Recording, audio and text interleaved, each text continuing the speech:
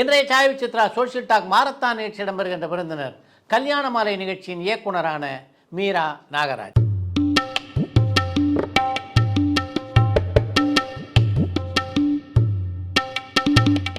கடந்த 25 ஆண்டுகளாக வெற்றி நடை போட்டுக் கொண்டிருக்கின்ற கல்யாண மாலை மேட்ரிமோனி நிறுவனத்தினுடைய செயல் அதிகாரியான மீரா நாகராஜன் தான் ஒவ்வொரு ஞாயிற்றுக்கிழமை என்றும் சன் தொலைக்காட்சியிலே ஒளிபரப்பாகின்ற கல்யாண மாலை நிகழ்ச்சியின் இயக்குனர்.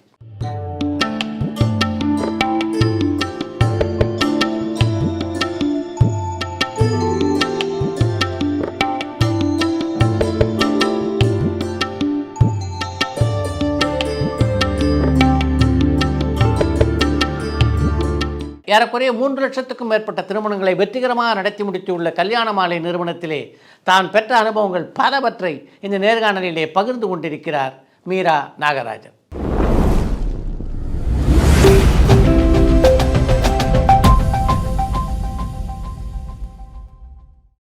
வணக்கம். வணக்கம் சார். முதல்ல உங்கள் குடும்பத்தை பற்றி சொல்லுங்கள். எங்கள் குடும்பம் ஒரு சின்ன குடும்பம். எங்களுக்கு அந்த குடும்பத்தினுடைய ஆணிவேர் ஆதாரங்கிறது என்னுடைய பாட்டி இருந்தாங்க. ராஜலக்ஷ்மின்னு பேர். 95 வயது வரைக்கும் இருந்தாங்க. அந்த பாட்டியோட ஒரே பொண்ணு தான் எங்கள் அம்மா. ஹம்சான்னு பேர். எங்கள் அப்பா பேர் கல்யாண சுந்தரம்னு பேர். அப்பா ரயில்வேஸில் இருந்தார். ஒரு இன்ட்ரெஸ்டிங் சமாச்சாரம் என்னென்னா, எங்கள் பாட்டி 70 வயசு வரைக்கும் டீச்சராக வேலை பார்த்தாங்க. தமிழ் ஆசிரியராக வேலை பார்த்தாங்க. சாரதா வித்யாலயாவில் 60 வயசு வரைக்கும் இருந்தாங்க. அப்போ தமிழ் ஆசிரியர்கள் பற்றாக்குறை இருந்ததுனால எக்ஸ்டென்ஷன் இருந்தது. அதனால் அவங்க 70 வயசு வரைக்கும் கிட்டத்தட்ட தமிழ் ஆசிரியராக வேலை பார்த்தாங்க. நாங்கள் 4 பசங்க. எங்கள் அம்மாவுக்கு எங்கள் அம்மா அப்பாவுக்கு நாங்கள் 4 பசங்க. நான் தான் பெரிய பொண்ணு. எனக்கு அப்புறம் 3 தம்பிகள். ஸ்ரீராம், ஸ்ரீதர், ஸ்ரீவத்சன் அப்படின்னு பேர். 3 தம்பிகள். இப்படியான ஒரு குடும்பம் தான் எங்கள் குடும்பம். சின்ன வயசில் எம்எஸ் சுப்லட்சுமி கச்சேரி பார்த்துட்டு எம்எஸ் சுப்லட்சுமி மாதிரி ஆகணும் அப்படின்னு ஆசைப்பட்டீங்களாமே? நம்ம இங்கே பக்கத்தில் விஸ்மாம்பலம் எங்கள் வீடு. பக்கத்தில் ஈஸ்வரன் கோவில்னு இருக்குது, சிவன் கோவில் இருக்குது. அந்த கோவிலில் எப்போதும் கச்சேரி நடக்கும். அந்த கச்சேரிக்கு என் பாட்டி என்னை எப்போதும் ஐஷன் போவாங்க. என் பாட்டி தான் எனக்கு எல்லாத்துக்கும் அஸ்திவாரம். கச்சேரிக்கு ஐஷன் போகிறது, கதைகளுக்கு ஐஷன் போகிறது, நல்ல விஷயங்களுக்கு ஐஷன் போகிறது. இப்போ மாதிரி பிஸின்னு சொல்லாமல் எல்லாத்துக்கும் டைம் ஸ்பெண்ட் பண்ணுவாங்க. குவாலிட்டி டைம் சொல்லுவோம்ல, அந்த மாதிரி டைம் ஸ்பெண்ட் பண்ணுவாங்க. பாட்டி என்னை எம்எஸ் கச்சேரிக்கு ஐஷன் போயிட்டு அந்த எம்எஸ் கச்சேரியில் எல்லோரும் அப்படியே மெய்மறந்து லயிச்சு இருந்தாங்க.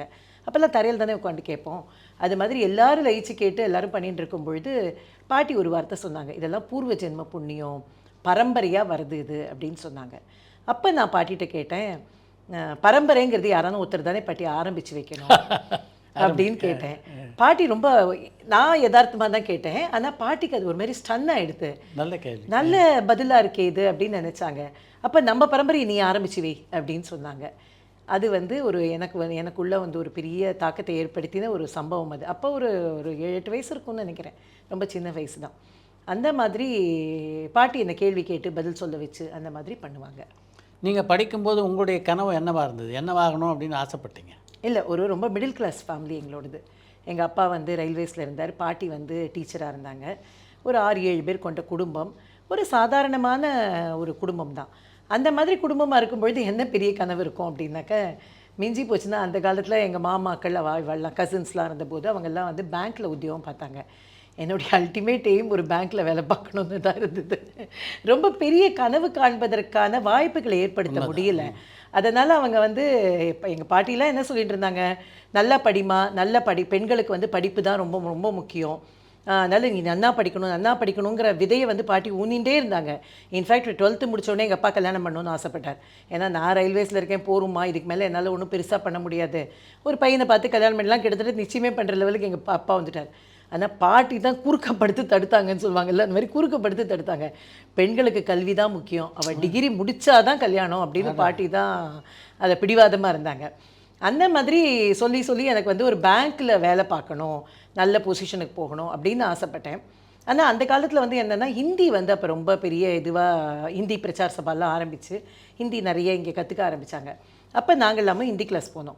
அப்போ ஹிந்தியில் எனக்கு ஒரு ஈடுபாடு நான் என்ன பண்ணேன் அப்படின்னாக்கா, சாகித்ய ரத்னா வரைக்கும் போனேன். அலகாபாத் யூனிவர்சிட்டியோட சாகித்ய ரத்னா வரைக்கும், இப்போ நம்ம எம்ஏ தமிழ்னு சொல்கிற மாதிரி எம்ஏ ஹிந்தி அது வரைக்கும் படித்தேன்.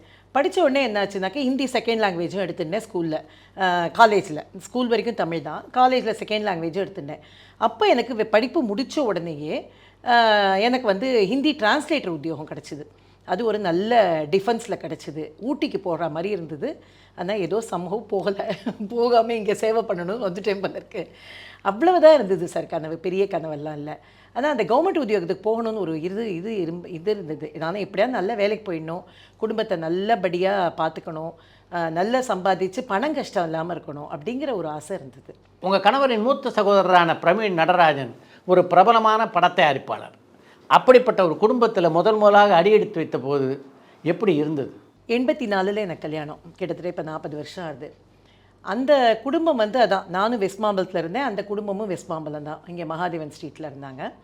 ரொம்ப தெரிஞ்ச குடும்பம். எங்கள் பாட்டியை பற்றி சொன்னேன் இல்லையா, எங்கள் பாட்டியும் இப்போ என்னுடைய கணவரினுடைய அதான் நட்ராஜன் ஒய்ஃபோட அம்மாவும் ஒன்றா வேலை பார்த்தவங்க. அதனால் வந்து ஒரு குடும்பத்துக்கு குடும்பம் தெரியும். ஆனால் நாங்கள் 2 பேரும் சந்திச்சுன்றது அப்படிங்கிறது நான் ஹிந்தி கிளாஸில் படிக்கும்பொழுது தான். அவர் ஹிந்தியெல்லாம் படிக்கலை, ஆனால் வந்து ஃப்ரெண்ட்ஸை பார்க்க வருவார். அப்படி நாங்கள் ஒருத்தருக்கு ஒருத்தர் சந்திச்சுட்டோம். அது ஒருத்தருக்கு ஒருத்தர் புரிஞ்சுது. இந்த மாதிரி இந்த குடும்பம்னு சொன்னோடனே எங்கள் குடும்பத்துலேயும் ரொம்ப பெரிய மகிழ்ச்சி ஏற்பட்டது. அதனால் ஒருத்தருக்கு ஒருத்தர் பேசினாங்க. பாதி காதல் திருமணம்னு சொல்லலாமா? முக்கால்வாசி காதல் திருமணம் அப்படி கூட சொல்லலாம். நியாயமாக பார்த்தா காதல் திருமணம்னு சொல்ல வேண்டியது தான். ஆனால் குடும்பத்துக்கு ரொம்ப சொன்ன நிமிஷம் பிடிச்ச ஃபேமிலியாக இருந்தது. ஏன்னா எல்லாருக்கும் தெரிஞ்ச ஃபேமிலி ரொம்ப வருஷமாக. அவங்க திருமணம் பண்ணிக்க இது வந்து எங்கள் அம்மாலாம் பட்ட கவலை ஒன்று தான். ஏன்னா நான் இங்கே ஒரு காலேஜ் படித்தேன், உடனே கல்யாணம்னு பேச்சு வந்துடுது. 21 வயசு தான் முடிஞ்சிருந்தது. இங்கே வந்து எனக்கு 3 தம்பிகள், என்னை எல்லாம் ரொம்ப மகாராணி மாதிரி பார்த்துப்பாங்க. வீட்டில் வந்து கொஞ்சம் வசதி வாய்ப்பு கம்மியாக இருக்குமே தவிர என்னை பார்த்துக்கிறது, அப்படியே நம்மளை ட்ரீட் பண்ணுற விதமெல்லாம் வந்து ஒரே பெண்ணு, அதனால் ரொம்ப நல்லா பார்த்துப்பாங்க. என்னை ஒரு வேலை செய்ய விட மாட்டாங்க, செய்யறதுக்கு நேரமும் கிடையாது. காலம்பரை ஹிந்தி கிளாஸ் போவேன், அப்புறம் கிளாஸ் எடுப்பேன், அப்புறம் காலேஜ் போவேன், வருவேன், டைப்பிங் போவேன், அந்த மாதிரி 9 மணி மட்டும் வேலை வச்சுப்பேன். அப்போ நான் ஒன்றுமே செஞ்சது கிடையாது, வீட்டில் வேலையே செஞ்சது கிடையாதுன்னு தான் சொல்லணும். கல்யாண பேச்சு வந்துடுது. எங்கள் அம்மாலாம் என்ன பயந்தாங்க அப்படின்னா, அந்த குடும்பம் பெரிய குடும்பமாக இருக்கே, அதோட சினிமாக்கார குடும்பம் வேறு, நமக்கு இது சரிப்பட்டு வருமா, அதனால் வந்து அவள் போய் கஷ்டப்படுவளோ, அந்த பெரிய குடும்பத்தில் போய் இவளால் எப்படி இருக்க முடியும் அப்படிங்கிற கவலை என்னுடைய இதில் வந்து எங்கள் அம்மாவுக்கு, என் தம்பிக்கு எல்லாமே கூட இருந்தது. என் தம்பியில் எனக்கு ரொம்ப, எனக்கும் அவனுக்கும் 1.25 வயசு தான் வித்தியாசம். அதனால் நாங்கள் 2 பேரும் அக்கா தம்பிங்கிறத விட ரொம்ப ஃப்ரெண்ட்ஸுன்னு பேர். எங்கள் எல்லாருக்குமே அவங்களுக்கு தான் கவலை இருந்தது. ஆனால் எனக்கு எப்பொழுதுமே வந்து மனசுக்குள்ளே எல்லாத்தையுமே ஒரு துணிச்சல் ஜாஸ்தி. அது வந்து என்னுடைய குடும்பத்திலேயே அதை பாட்டி சொன்னதுனாலையோ இல்லை எனக்கே உள்ளூர வந்து தான் எனக்கு தெரியல, ஒரு தைரியம் உண்டு, எதாக இருந்தாலும் சமாளிக்க முடியும் அப்படின்னு. அது மாதிரி தான் நான் இந்த குடும்பத்துக்கு வந்த பொழுது உண்மையிலே சொல்கிறேன், கேட்டால் சிரிப்பாங்க. என்னோடய பெட்ரூம்க்கு எப்படி போகணுன்னு கூட வீட்டுக்கு வழி தெரியாது, அந்த மாதிரி இருக்கும் அந்த வீடு. ஒரு 3 மாடியில் இப்படி குறுக்க போகிற மாதிரி இருக்கும். நாங்கள் கல்யாணம் ஆகி இப்போ வரோமேங்கிறதுக்காக இன்னொரு ரூம் வேறு கட்டிட்டாங்க. அந்த ரூம்க்கு எப்படி போகணும், எந்த மாடிப்படியில் ஏறணும்னு கூட தெரியாது. அந்த மாதிரி இருக்கிற ஒரு பெரிய குடும்பம். இந்த குடும்பம் ரொம்ப சின்னதாக, நாங்கள் ஒரே ஹாலில் படுத்துட்டு இருந்தவங்க. ஸோ அந்த மாதிரி ஒரு இடத்துக்கு நான் போன பொழுது கொஞ்சம் அவங்களுக்கெல்லாம் கவலை இருந்தது. ஆனால் நான் அங்கே போய் வந்து ஒரு கிட்டத்தட்ட ஒரு வாரத்துக்குள்ளேயே நல்லா சமாளிக்க முடிஞ்சிடுது. எல்லோரும் எங்கள் மாமியார் பெரியவர் வந்து நட்ராஜன், அவருடைய மனைவி வள்ளி இருந்தாங்க. அப்புறம் அடுத்தவர் வந்து திரு மோகன், கல்யாண மாலை மோகன், அவருடைய மனைவி உமா இருந்தாங்க.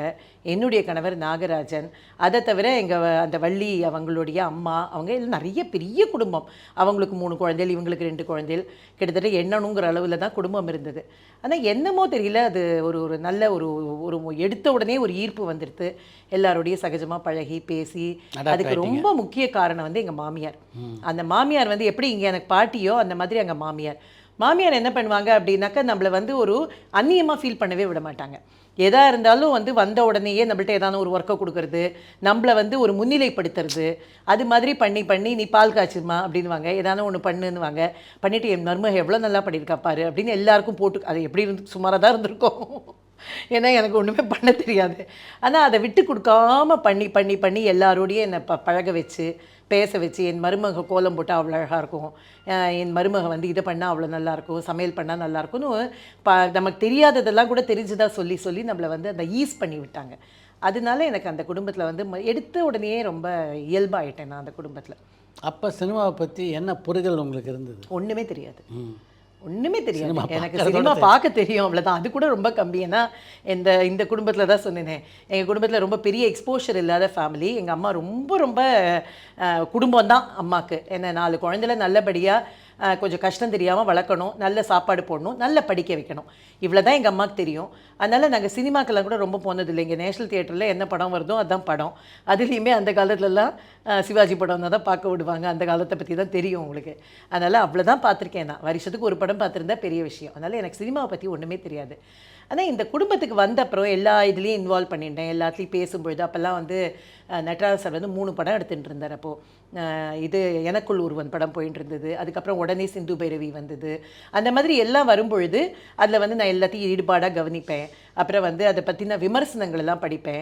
ஏதான தேவைன்னா, ஏன்னா இங்கே வந்து சாப்பாட்டு மேஜையில் தான் எல்லாமே பேசுவோம். அந்த வீட்டில் பேசுவோம் இல்லை, நான்லாம் இன்வால்வ் பண்ணிக்கவே முடியாது. அப்போல்லாம் அவங்கெல்லாம் பேசுவாங்க.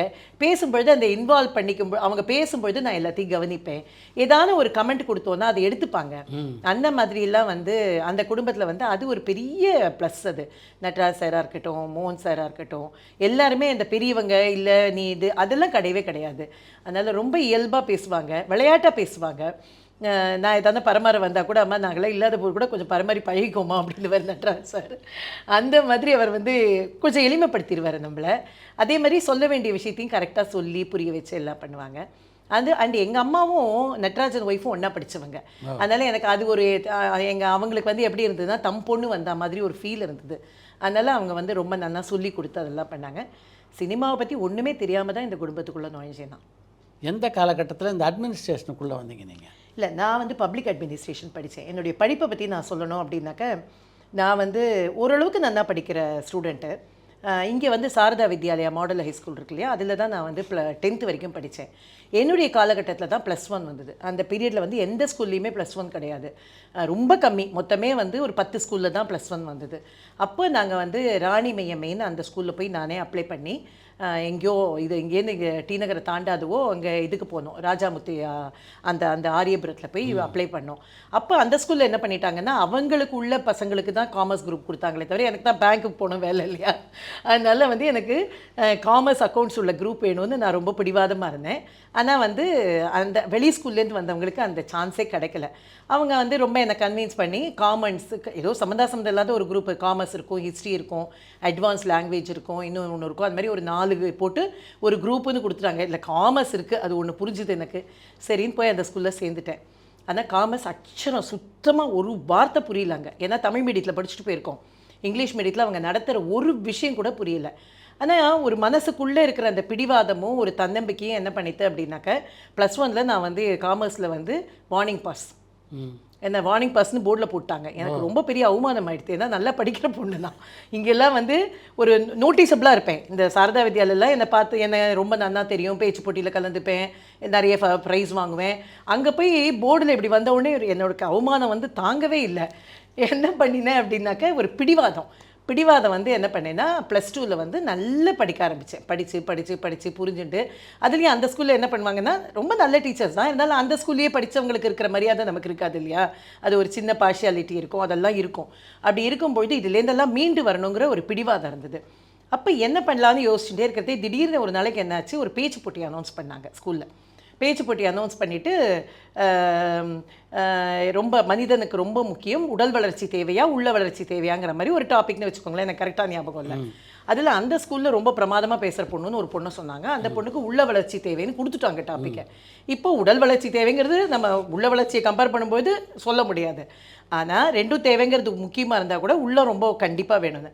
ஆனால் எனக்கு நான் பேசுகிறேன்னு சொன்னோடனே உடல் வளர்ச்சி தேவைன்னு எனக்கு டாபிக் கொடுத்துட்டாங்க. கொடுத்த உடனே என்னாச்சு அப்படின்னாக்கா, நான் சரி இப்படியே வின் பண்ணணும்னு தீர்மானம் பண்ணிட்டேன். இந்த ஸ்கூலில் நம்மளை எல்லாரும் கவனிக்கணும், இந்த ஸ்கூலில் நம்ம வந்து வார்னிங் பாஸ்லேருந்து வெளியில் வரணும். இதுதான் எனக்கு பிடிவாதமாக இருந்தது. ஸோ போய் நின்ன உடனே மைக்கை பிடிச்சிட்டு அந்த பொண்ணு பேசிட்டு உட்காந்த உடனே அந்த பொண்ணு உள்ளத்தை பற்றியெல்லாம் பேசினாங்க. இது எதானே உங்களுக்கு தெரியுமா, உடல் வளர்ச்சி தேவை நான் எப்படி வந்து நிற்கிறேன் பாருங்கள் ஆஜானு பாகுவா, இதுதானே ரொம்ப முக்கியம்னு கைத்தட்டினாங்க. தட்டி ஏன்னா நான் அப்போ சப்பியாக நல்லா பழிச்சு நிற்பேன். நின்ன உடனே அவங்க எல்லோரும் கைத்தட்ட ஆரம்பித்தாங்க, கவனிக்க ஆரம்பிச்சிட்டாங்க இந்த பொண்ணு யாருன்னு. அவ்வளோதான். அப்புறம் கதவை திறந்துடுத்து அப்புறம் எல்லா போட்டியிலையும் கலந்துக்கிறது, ஓரளவுக்கு வந்து அதுவும் நான் வந்து அட்வான்ஸ் லாங்குவேஜ் வந்து தமிழ் எடுத்துட்டேன். ஏன்னா இங்கிலீஷ் முடியாதுன்னு எனக்கு பயம் இருந்தது. அதனால் தமிழ் எடுத்துனேன். இங்கிலீஷ் மீடியத்தில் படித்தாலும் தமிழில் ரொம்ப நல்லா எல்லாம் பண்ண ஆரம்பிச்சதுனால, தமிழில் இருந்த ஆர்வத்தினால அந்த டீச்சர் ரொம்ப என்னை இது பண்ணாங்க. நிறைய ஸ்கூலுக்கு போக ஆரம்பித்தேன், இன்டர் ஸ்கூல் காம்படிஷன்லாம். அப்படி இருக்கும்பொழுது சரி இந்த ஸ்கூலில் நம்ம வந்து நல்லா பண்ணணும் அப்படின்னு தீர்மானம் பண்ணிட்டு காமர்ஸை ரொம்ப நல்லா படித்தேன். படிச்சுட்டு நல்லா படித்தேன்னு நான் நினச்சிட்டு இருக்கேன். ஆனால் காமர்ஸில் ஸ்டேட் ஃபஸ்ட் வந்தேன். சூப்பர். அந்த பீரியடில் 190 200க்கு. ஸோ அந்த மார்க் வந்த உடனே ரொம்ப பெரிய கவனிக்கப்படுற ஒரு இதுவாக ஆகிடுது. அதுக்கப்புறம் அவங்க கவனிச்சேன்னு நான் வெளில வந்தாச்சு. வந்தால் கூட நான் என்னன்னாக்கா காலேஜில் வந்து எப்படியா இருந்தால் நல்ல இதுவாக பண்ணணும்னு. அப்போ தான் எனக்கு வந்து கல்யாணம் ஒரு 6 மாதத்தையே கல்யாணம் நிச்சயம் ஆயிடுச்சு. அப்போ எனக்கு வந்து பப்ளிக் அட்மினிஸ்ட்ரேஷன் படிக்கணும்னு ரொம்ப ஆசை. எனக்கு வந்து பிரசிடென்சி காலேஜ்லேயே கிடச்சிது. ஆனால் எங்கள் பாட்டி வந்து 12 பாய்ஸோட ஒரே ஒரு கேர்ளு, அதெல்லாம் சரி வராதுன்னு எனக்கு சேர்த்து விடலை பாட்டி. அதனால் பாட்டி அம்மா யாருமே அதுக்கு புரிதலே இல்லை. அதனால் நான் அதை கண்டினியூ பண்ண முடியல. கல்யாணம் பண்ணிட்டேன். கல்யாணம் பண்ணிட்ட உடனே பப்ளிக் அட்மினிஸ்ட்ரேஷனில் இதில் படித்தேன், கரஸில் பண்ணி நான் அந்த பீரியட்லேருந்தே கொஞ்சம் எனக்கு ஒரு மேனேஜ்மெண்ட்டு அந்த இது அதில் ஒரு இன்ட்ரெஸ்ட் வந்தது. வந்தபொழுது இவங்க முதல்ல வந்து இந்த குடும்பத்தில் நான் எதில் இன்வால்வ் பண்ணிட்டேன் அப்படின்னாக்க சினிமாக்குள்ளே வர முடியாதுன்னு தெரிஞ்சு போச்சு. ஏன்னா எனக்கு சினிமாக்குள்ளே இவங்களே வந்தது கிடையாது. என்னுடைய கணவரோ இல்லைன்னா மோகன் சாரோ அவரையே வந்து நட்ராஜ் சார் உள்ள இது பண்ண மாட்டார். ஏன்னா அது ஒரு தனி இண்டஸ்ட்ரி, அந்த இண்டஸ்ட்ரியில் நான் இருக்கேன் அப்படிங்கிற மாதிரி அவர் இருந்தார். அது அவருடைய பாலிசி, அது நல்ல பாலிசியாகவும் நம்ம குடும்பத்தில் அக்செப்டபுளாக இருந்தது. ஏன்னா ஒருத்தர் அதில் இருக்கட்டும், மீதி பேர் தான் அடுத்தடுத்து பண்ணலாம் அப்படிங்கிற மாதிரி. ஸோ அந்த மாதிரி சினிமாக்குள்ளே போக முடியாது அப்படின்னு இருக்கும்பொழுது இங்கே இவர் வந்து மோகன் சார் வந்து இது பண்ணிகிட்டு இருந்தார், கல்யாண கேட்ரிங் பண்ணிகிட்டு இருந்தார். அப்போ நான் ஒரு நாள் உட்காந்துட்டு அவர்கிட்ட பேசினேன். கல்யாணம் ஆகி வந்து ஒரு 6 மாதத்துக்குள்ளே இருக்கும். இதை நாம் ஏன் இன்னும் கொஞ்சம் அடுத்த லெவலுக்கு எடுத்துன்னு போகக்கூடாது, இது ஏன் நம்ம பிஸ்னஸாக பண்ணக்கூடாது அப்படிங்கிற மாதிரி பேசி, அப்போ என் கணவர் எல்லாருமே அதில் இன்வால்வ் பண்ணிப்பாங்க. அவங்களே போய் காய்கறி வாங்கிட்டு வாங்க, அந்த மாதிரி கேட்ரிங்னாலே வேறு ரேஞ்சில் பண்ணுவாங்க. கொத்தவால் சாவடியில் போய் காய்கறி வாங்குறதுலேருந்து பண்ணி அப்படிலாம் பண்ணிகிட்டு இருந்தாங்க. அப்போ நான் அது உள்ளே வந்து நானே பட்ஜெட் போடுறது, நானே மெனு பண்ணுறது. மெனுவெல்லாம் கையில் தான் எழுதுவோம் அந்த காலத்தில். எழுதி அவங்களுக்கு ஒரு நல்ல பிரிண்ட் மாதிரி அனுப்புறது, ஒரு ஃபோல்டரில் போட்டு அனுப்புறது, இப்படி நல்லா பண்ண ஆரம்பித்த உடனே அது ஒரு இன்வால்மெண்ட் வந்தது. ஸோ அந்த இதில் என்னை ஈடுபடுத்தினேன். அப்போ யூனிக் மேரேஜ் சர்வீஸ்னு அதுக்கு பேர். இப்போ தான் அந்த மாத்தித்தி வெட்டிங் பிளானர்ஸ்னு இருக்கும். அப்போ அதுக்கு பேர் யூனிக் மேரேஜ் சர்வீஸ். அதில் தான் நான் முதல்ல என்னை இன்வால்வ் பண்ணிட்டேன். இதுதான் என்னுடைய ஃபஸ்ட் என்ட்ரி டு. இன்றைக்கு உலகம் முழுதும் போற்றப்படுகின்ற ஒரு நிகழ்ச்சி கல்யாண மாலை. அது யாருடைய பிரெயின் சைல்டு? பிஸ்னஸில் நான் இன்வால்வ் பண்ணிட்ட உடனே நாங்கள் வந்து அதான் நாங்கள் இங்கேருந்து வெஸ்ட் மாம்பலத்துலேருந்து டி நகருக்கு மூவ் பண்ணோம். என்னுடைய கணவர், நான், அப்புறம் மோகன் சார், அவருடைய குடும்பம் எல்லோரும் நாங்கள் டி நகருக்கு மூவ் பண்ணோம். டி நகரில் எங்களுடைய ஃபேமிலி இது பண்ணிகிட்டே இருக்கும் பொழுது அப்போ நான் கொஞ்சம் எல்லா பிஸ்னஸ்லையும் இன்வால்வ் பண்ணிட்டேன். இவங்க வந்து எக்ஸ்போர்ட் பிஸ்னஸ், எங்கள் நாகராஜன் வந்து முதல்ல வேலை பார்த்தது இன்கம் டேக்ஸில். அவர் வந்து அதுவே ஒரு சுவையான சம்பவம். அந்த சம்பவத்தை சொல்லிவிட்டு நம்ம இதுக்கு போகலாம். எங்கள் அப்பா என்ன பண்ணிட்டாருன்னா, இந்த கல்யாணத்தை பற்றி பேசின உடனே எங்கள் அம்மாலாம் ரொம்ப ஓகே பண்ணிட்டாங்க. ஏன்னா தன்னோட படித்த பொண்ணோட அவங்க ஃபேமிலியில் கொடுக்குறோம், எங்கள் பாட்டிக்கு ரொம்ப பிடிச்சிருது. அப்பா மட்டும் என்ன சொல்லிட்டாருன்னா, பிஸ்னஸ் ஃபேமிலி அது, அதுவும் சினிமாக்கார ஃபேமிலி, அவர் வந்து கவர்மெண்ட் உத்தியோகத்தில் இருந்தால் தான் நான் பொண்ணை கொடுப்பேன்னு சொல்லிட்டேன் எங்கள் அப்பா. அதை சொன்ன உடனே இவரும் பிஸ்னஸ் பண்ணிட்டு இருக்காரு. இவருக்கு பிஸ்னஸ் இன்வால்மெண்ட் தான். ஆனால் கல்யாணம் பண்ணிக்கணும்னு ஆசைப்பட்டாச்சு. என்ன பண்ணாருன்னா, ஸ்போர்ட்ஸ், இவர் வந்து கபடி பிளேயர், ஸ்டேட் பிளேயர், அந்த மாதிரி நிறைய இதெல்லாம் விளையாடிட்டு இருந்தார். விளையாடிட்டு இருந்த உடனே இவருக்கு நிறைய வாய்ப்புகள் இருந்தது. உடனே என்ன பண்ணாருன்னா, லா படிச்சுட்டு இருந்தவர் எம்ஏ முடிச்சுட்டு லா சேர்ந்திருந்தார். லாவை படிச்சுட்டு இருந்தவர் அப்படியே பாதியில் நிறுத்திட்டு நேராக போய் இன்கம் டேக்ஸில் வந்து ஸ்போர்ட்ஸ் கோட்டாவில் அப்ளை பண்ணார். கிடச்சிடுது வேலை. கிடச்ச உடனே எங்கள் அப்பாட்ட வந்து நாங்கள் கவர்மெண்ட் உத்தியோகத்துக்கு போயாச்சு, இன்கம் டேக்ஸில் சேர்ந்துட்டேன்னு உடனே எங்கள் அப்பாவுக்கு அப்படியே தலைகால் புரியல. ரொம்ப சந்தோஷம், இன்கம் டேக்ஸில் மாப்பிள்ளை அப்படின்ன உடனே ரொம்ப சந்தோஷம். கல்யாணம் பண்ணி கொடுத்தார். ஆனால் கல்யாணம் பண்ணினா 1 வருஷத்தில் வேலையை விட்டார். கல்யாணத்துக்காக இன்கம் டேக்ஸுக்கு போனார். ஆனால் அவருடைய ஈடுபாடு வந்து பிஸ்னஸில் தானே இருந்தது. அதனால் அவர் வந்து எங்கள் அப்பாவுக்கும் சந்தோஷம்தான். நல்ல குடும்பம், நல்ல இது, இவங்கள்ட்ட நம்ம பொண்ணு கஷ்டப்பட மாட்டா அப்படிங்கிற தைரியம் எங்கள் அப்பாவுக்கு வந்துடுது. ஸோ அந்த மாதிரி இருக்கிற பொழுது இவங்க பிஸ்னஸ்லாம் பண்ண ஆரம்பித்தாங்க. நட்ராஜ் சார் சினிமாவில் இருந்ததுனால இவங்க கண்டிப்பாக சினிமாவுக்கு போகக்கூடாதுன்னு முடிவில் இருந்தபொழுது ஸ்மால் ஸ்க்ரீன் ப்ரொடக்ஷன் ஆரம்பித்தாங்க. மோகன் சாரும் நாகராஜனும் சாருமா சேர்ந்துட்டு ஸ்மால் ஸ்க்ரீன் ப்ரொடக்ஷன். அப்போ தான் என்னன்னாக்கா இவங்க வெளிநாடுகளுக்கெல்லாம் போய் சிங்கப்பூர் ப்ராட்காஸ்டிங், மொரிஷியஸ் ப்ராட்காஸ்டிங் இவங்களோடலாம் போய் பிஸ்னஸ் பண்ணுறது, சீரியல்ஸ் வாங்கி அங்கே விற்கிறது, அதெல்லாம் பண்ணிகிட்டு இருக்கும்பொழுது நம்மளும் இடம் ப்ரொடக்ஷன் பண்ணலாம் அப்படின்னு வந்தது. அவங்க கொஞ்சம் நிறைய ஆஃபர்ஸ் இருந்தது. அப்போ வந்து சவுத் ஆஃப்ரிக்கன் ப்ராட்காஸ்டிங், அப்போ தான் சவுத் ஆஃப்ரிக்கா கேட்டே ஓப்பன் ஆச்சு. அப்போ முதல்ல நம்ம வந்து அந்த ப்ரொடக்ஷன் இதை நம்ம ஆரம்பித்தோம். அப்போ வந்து அவங்களுக்கு என்ன தேவைன்னு இவங்கெல்லாம் போய் புரிஞ்சுன்னு வந்தது என்னென்னா, அவங்க எல்லாருமே வந்து இந்த சவுத் ஆஃப்ரிக்காலேருந்தெல்லாம் இந்தியாவுக்கு வரத்துக்கே வாய்ப்பே இல்லாமல் இருந்த பொழுதெல்லாம் அவங்களுக்கு ஒரு பழனிக்கு வரணும், பாத யாத்திரை வரணும், இல்லைன்னா கோயில்களுக்கு போகணுன்னு அப்படி தவிப்போடு இருந்தாங்க அந்த மக்கள்லாம். அப்படி இருக்கிற பொழுது இவர் என்ன நினச்சிட்டார் அப்படின்னாக்க, டெம்பிள்ஸ் ஆஃப் இந்தியான்னு ஒரு ப்ரோக்ராம் பண்ணலாம் அப்படின்னு இவங்க தீர்மானம் பண்ணாங்க. அதில் நான் என்னை ஃபுல்லாக இன்வால்வ் பண்ணிட்டேன். டெம்பிள்ஸ் ஆஃப் இந்தியா அப்படிங்கிறத வந்து அந்த கான்செப்டை டிவைஸ் பண்ணதுலேருந்து ஆரம்பித்து எந்த கோவில் ஷூட் பண்ணணும், என்ன கண்டென்ட், அந்த ஸ்கிரிப்ட் வந்து கரெக்டாக இருக்கா, அந்த டைரக்டர் பண்ணினா கூட நான் கூடவே அவங்களோட இருந்து எல்லாம் இது பண்ணுறது, எடிட்டில் வந்து அவங்க என்ன பண்ணுறாங்கன்னு பார்த்துக்கிறது, எதாவது கரெக்ஷன் கொடுக்கறது அப்படின்னு என்னை இன்வால்வ் பண்ணினேன். ஃபெஸ்டிவல்ஸ் ஆஃப் இந்தியான்னு பண்ணோம், டெம்பிள்ஸ் ஆஃப் இந்தியான்னு பண்ணோம், இதெல்லாம் பண்ணோம். அப்புறம் தூர்தர்ஷனுக்கு வந்து ஒரு எபிசோட்ஸ் எடுத்து கொடுக்க ஆரம்பித்தோம். இதெல்லாம் பண்ணிகிட்டே இருக்கும்போது ஒரு நாளைக்கு இது எடிட் நடந்துகிட்டே இருக்குது.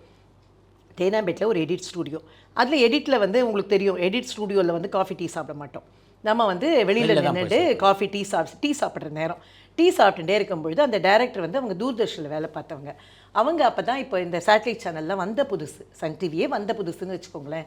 அந்த மாதிரி சேட்டலைட் சேனல்லாம் வந்த புதுசில் அவங்க என்ன சொன்னாங்க, நம்ம வந்து எதான வந்து ஒரு விமன்ஸ் ப்ரோக்ராம் எடுக்கணும்னு ஆசைப்படுறேன் மேடம், நீங்கள் வந்து எனக்கு எதான ஒரு கான்செப்ட் கொடுங்களேன் அப்படின்னு கேட்டாங்க. நீங்கள் தான் இதை மாதிரி நிறைய யோசிக்கிறீங்களே, ஏதான ஒரு கான்செப்ட் கொடுங்களேன்னாங்க.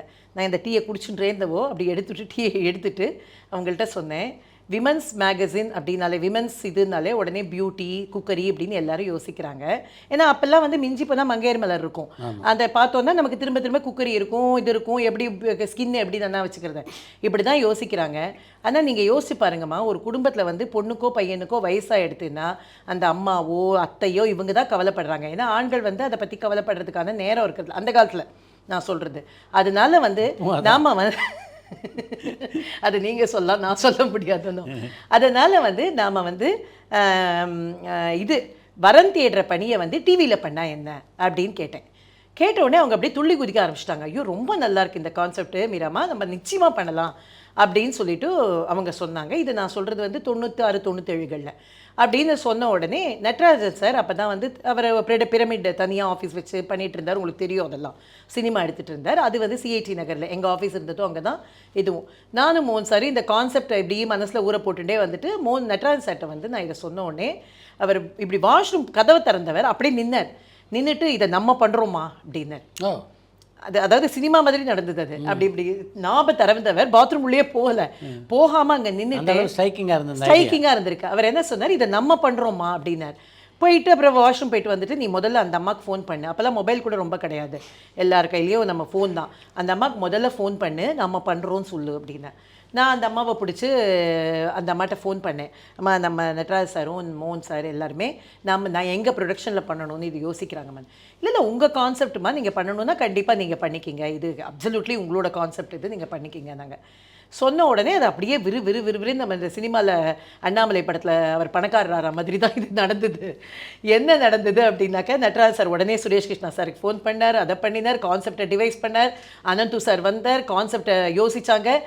அந்த காலத்தில் வந்து வீட்டுக்குள்ளே திருமணம் பண்ணாங்க, அதுக்கப்புறம் வந்து உறவுக்குள்ளே திருமணம் பண்ணாங்க, அதுக்கப்புறம் வந்து தரகர்கிட்ட சொன்னாங்க, அப்புறம் பேப்பரில் போட்டாங்க, இன்றைக்கி டிவியில் பண்ண போகிறோம் அப்படின்னு ஒரு கான்செப்டை டிவைஸ் பண்ணி அதுக்கு ஹேண்ட் அவுட்லாம் போட்டு அதுக்கு ஒரு ஷூட்டு, ப்ரமோ ஷூட்டிங் எங்கன்னாக்கா ஒரு ஹவுஸ் எடுத்து சுரேஷ் கிருஷ்ணா சார் டைரக்ட் பண்ணி அந்த காலத்தில் காதல் திருமணம்னா எப்படி நடந்தது, பெற்றோர் நிச்சயித்த திருமணம்னா எப்படி இருந்தது, பேப்பரில் பார்த்து நம்ம எப்படி எழுதி போட்டோம் அப்படின்னு எல்லாம் சொல்லி இன்றைக்கி டிவியில் வந்தாச்சு அப்படின்னு சொல்லி அந்த ப்ரமோவே ரொம்ப பிரமாதமாக இருக்கும். நான் 1000வது எபிசோடில் அதை தேடினேன், எனக்கு கிடைக்கல அந்த ப்ரமோ. அவ்வளோ நல்ல ப்ரமோ அது. அந்த மாதிரி பண்ணி இந்த ப்ரமோவை ரெடி பண்ணிட்டேன். ஆனால் அது பேர் வைக்கிறதுக்கே ரொம்ப இன்ட்ரெஸ்டிங்காக நிறைய டிபேட் போச்சு. நாங்கள் எங்களுக்கு தெரிஞ்சது மாங்கல்யம் அது இது என்னெல்லாமோ சொன்னோம்.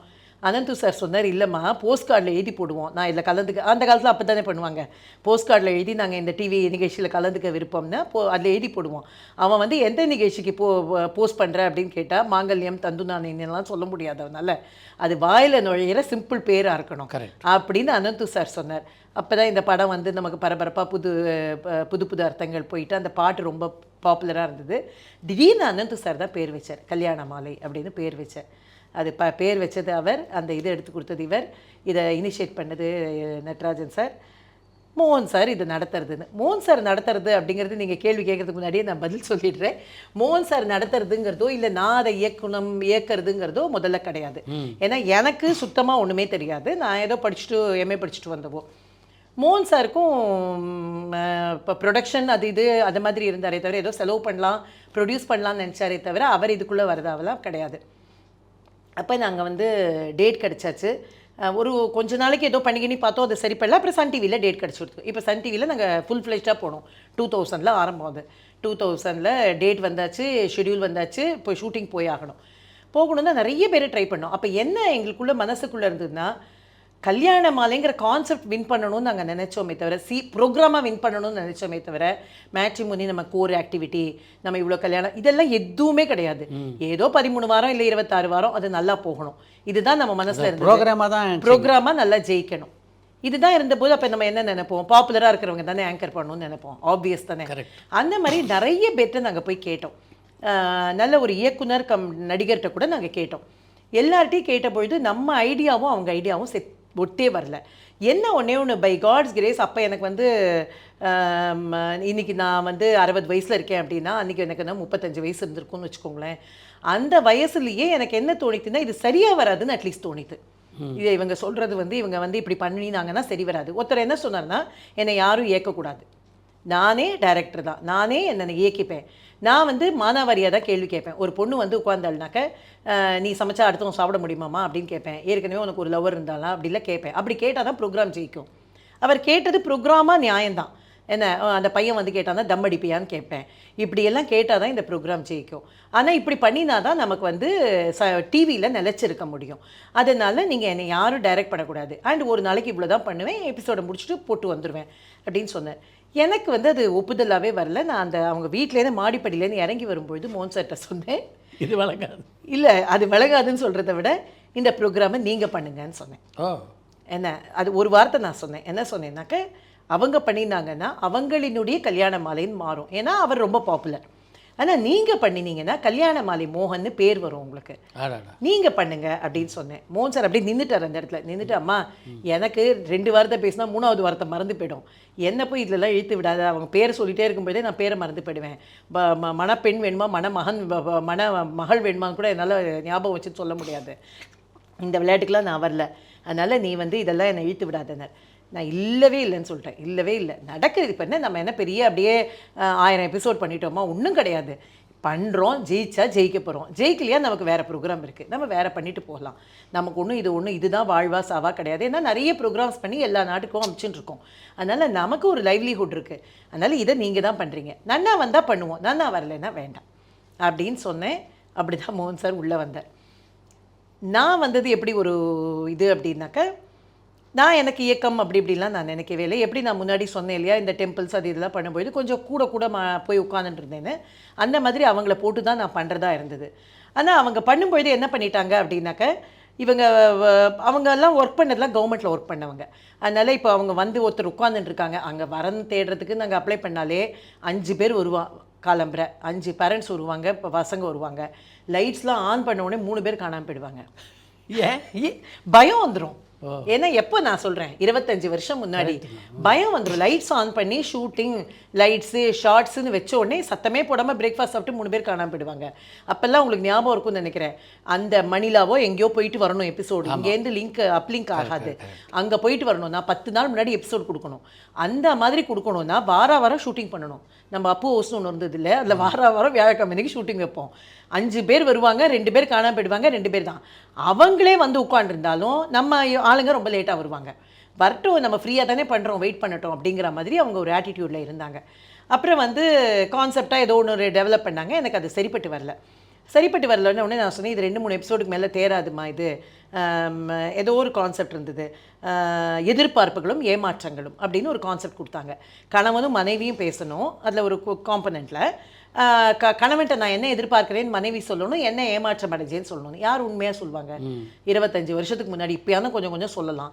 25 வருஷத்துக்கு முன்னாடி கணவன் வந்து என் மனைவிட்ட நான் இதை எதிர்பார்த்தேன் அவள் பண்ணலைன்னு சொல்ல முடியுமா? இல்லை என் கணவன்கிட்ட நான் இதை எதிர்பார்த்தேன், திரும்ப என்ன சொல்லுவாங்க, நான் லேட்டாக வராரு, நான் இதை தவிர வேறு உள்ள எதையுமே பேச முடியாது. அப்போ இது 2 எபிசோடுக்கு மேலே தேரும்னு எனக்கு தோணவே இல்லை. நான் வந்து அவங்கள்ட்ட சொன்னேன், இது சரி வராதுன்னு தோன்றதுமா, நம்ம வந்து இதை மாற்றிக்கலான்னு. அவங்கள அதுக்கு ஒப்புதல் இல்லை அவங்களுக்கு. அப்போ தான் வந்து மோகன் சாரோட ரொம்ப ஃப்ரெண்டு, உங்களுக்கு தெரியும்னு நினைக்கிறேன், சுபாஷ் சந்திரன் பேர், எக்ஸ்னோராலலாம் இருந்தேன். அவர் வந்து அவர் ரொம்ப இதை மானிட்டர் க்ளோஸாக பார்த்து, அவர் தான் அன்புள்ள அம்மான்னு சீரியல் எடுத்துறப்போ மனோரமா ஆச்சியை வச்சு.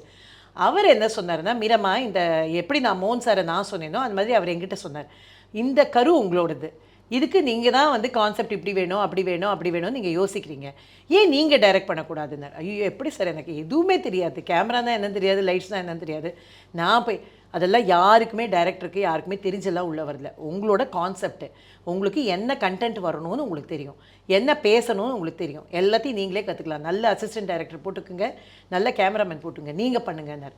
அதுலேருந்து நான் பண்ண ஆரம்பித்தேன். 6வது எபிசோட்லேருந்து நான் பண்ண ஆரம்பித்தேன் இயக்கத்துக்கு. இப்படி தான் இன்றைக்கி 1200 வாரங்களை கடந்து 25வது ஆண்டுக்கு நம்ம வரப்போகிறோம். இப்படி தான் உருவாச்சு கல்யாணமாலை. முதலாக கல்யாணமாலை நிகழ்ச்சி ஆரம்பித்த போது எப்படிப்பட்ட சவால்களை எல்லாம் நீங்கள் எதிர்கொள்ள வேண்டி இருந்தது? பிரச்சனைகள் நிறைய இருக்கும் சார். நீங்கள் எல்லாருமே, நம்ம எல்லாருமே இந்த மாதிரி இண்டஸ்ட்ரிக்குள்ளே இருக்கோம். கண்டிப்பாக நமக்கு எல்லாருக்குமே தெரியும், முதல் பிரச்சனை ஃபினான்ஷியல் பிரச்சனை. ஒரே ஒரு விஷயத்தில் நாங்கள் ரொம்ப வி ஆர் பிளெஸ்ட் அப்படின்னு சொல்லணும். அப்படின்னாக்க இன்ஹவுஸ் ப்ரொடக்ஷன்னா என்னது 100% இன்ஹவுஸ் ப்ரொடக்ஷன். ஏன்னா மோகன் சார் தான் ஆங்கர், அவருக்கு ஒரு ஃபீஸ் கொடுக்க வேண்டாம், நான் டைரக்டர், எனக்கு ஒரு ஃபீஸ் கொடுக்க வேண்டாம், ப்ரோக்ராம் போனால் போகிறோம் அப்படிங்கிறது தான் நம்மளோட ஒரு இதுவாக இருந்தது. அதனால் அது ஒரு பிரச்சனை இல்லை. மற்றபடி மீதியெல்லாம் எடிட் பண்ணணும், இது பண்ணணும், சன் டிவிக்கு டெலிகாஸ்ட் ஃபீ கட்டணும், இது மாதிரி நிறைய விஷயங்கள் இருக்குது. அதனால் இது போயிட்டே இருக்கும்பொழுது ஒவ்வொரு பீரியட் ஒரு 50-60 வாரத்தில் வந்து ஒரு தொய்வு ஏற்பட்டது. தொய்வு ஏற்பட்ட உடனே வாரம் வியாழக்கிழமை நானும் மோகன் சாரும் பேசுவோம். ஒரு வாரம் நான் சொல்வேன், இதுக்கு மேலே நம்மளால் முடியாது, இதுக்கு டெலிகாஸ்ட் ஃபீ கட்டியெல்லாம் நம்ம கட்டுப்படி ஆகுது, அதனால் நம்ம வந்து அடுத்த வாரத்துலேயே நிறுத்திடலாம் அப்படின்னு நான் சொல்லுவேன். அவர் வந்து இல்லைம்மா கொஞ்சம் பார்க்கலாம் அப்படின்னுவேன். ஒரு வாரம் அவர் சொல்லுவார், என்ன நாங்கள் இது மாதிரி வாரம் வியாழக்கிழமை பேசியிருக்கோம், இதை வந்து நிறுத்திடலாம், இதுக்கு மேலே நம்மளால் கட்டுப்படி ஆகாது, நம்ம நிறுத்திடலாம் அப்படின்னு பேசுவோம். ஆனால் அது என்னவோ அந்த சில குழந்தைகள் தப்பி பிறக்கும்னு சொல்லுவாங்கல்ல, எத்தனை இதுவாக இருந்தாலும் டேஞ்சர்லேருந்து தப்பி பிறக்கும்னு, அந்த மாதிரி பிறந்த குழந்தை ரொம்ப பெரிய சாதனைகளை பண்ணுவோன்னு சொல்லுவாங்க. அப்படி தப்பித்து வந்த இதுதான் வந்து கல்யாணமாலை. அப்படி வந்து ஜெயிச்சுட்டே வந்தது. அதுக்கு ஒரு ஒரு ஒரு எபிசோடு பிரேக்கே கிடையாது. கொரோனா பீரியடில் கூட ஒரு எபிசோட் பிரேக் கிடையாது.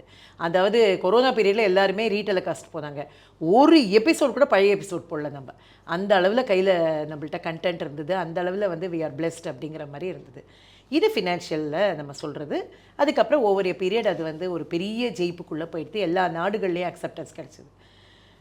இப்போ படப்பிடிப்புக்குன்னு போன பல ஊர்களில் நம்ம எதிர்பார்க்குற விஷயங்கள் இருக்காது, நம்ம சொன்ன மாதிரி வரமாட்டாங்க, பேச்சாளர்கள் சொதப்புவாங்க. ஏன்னா எல்லாமே 2 பேர் தான் நம்மள்டேருந்து சீசன்டு ஸ்பீக்கர் வருவாங்க, அங்கே இருக்கிறவங்கள தான் நம்ம தேர்ந்தெடுப்போம், அவங்க சொதப்புவாங்க.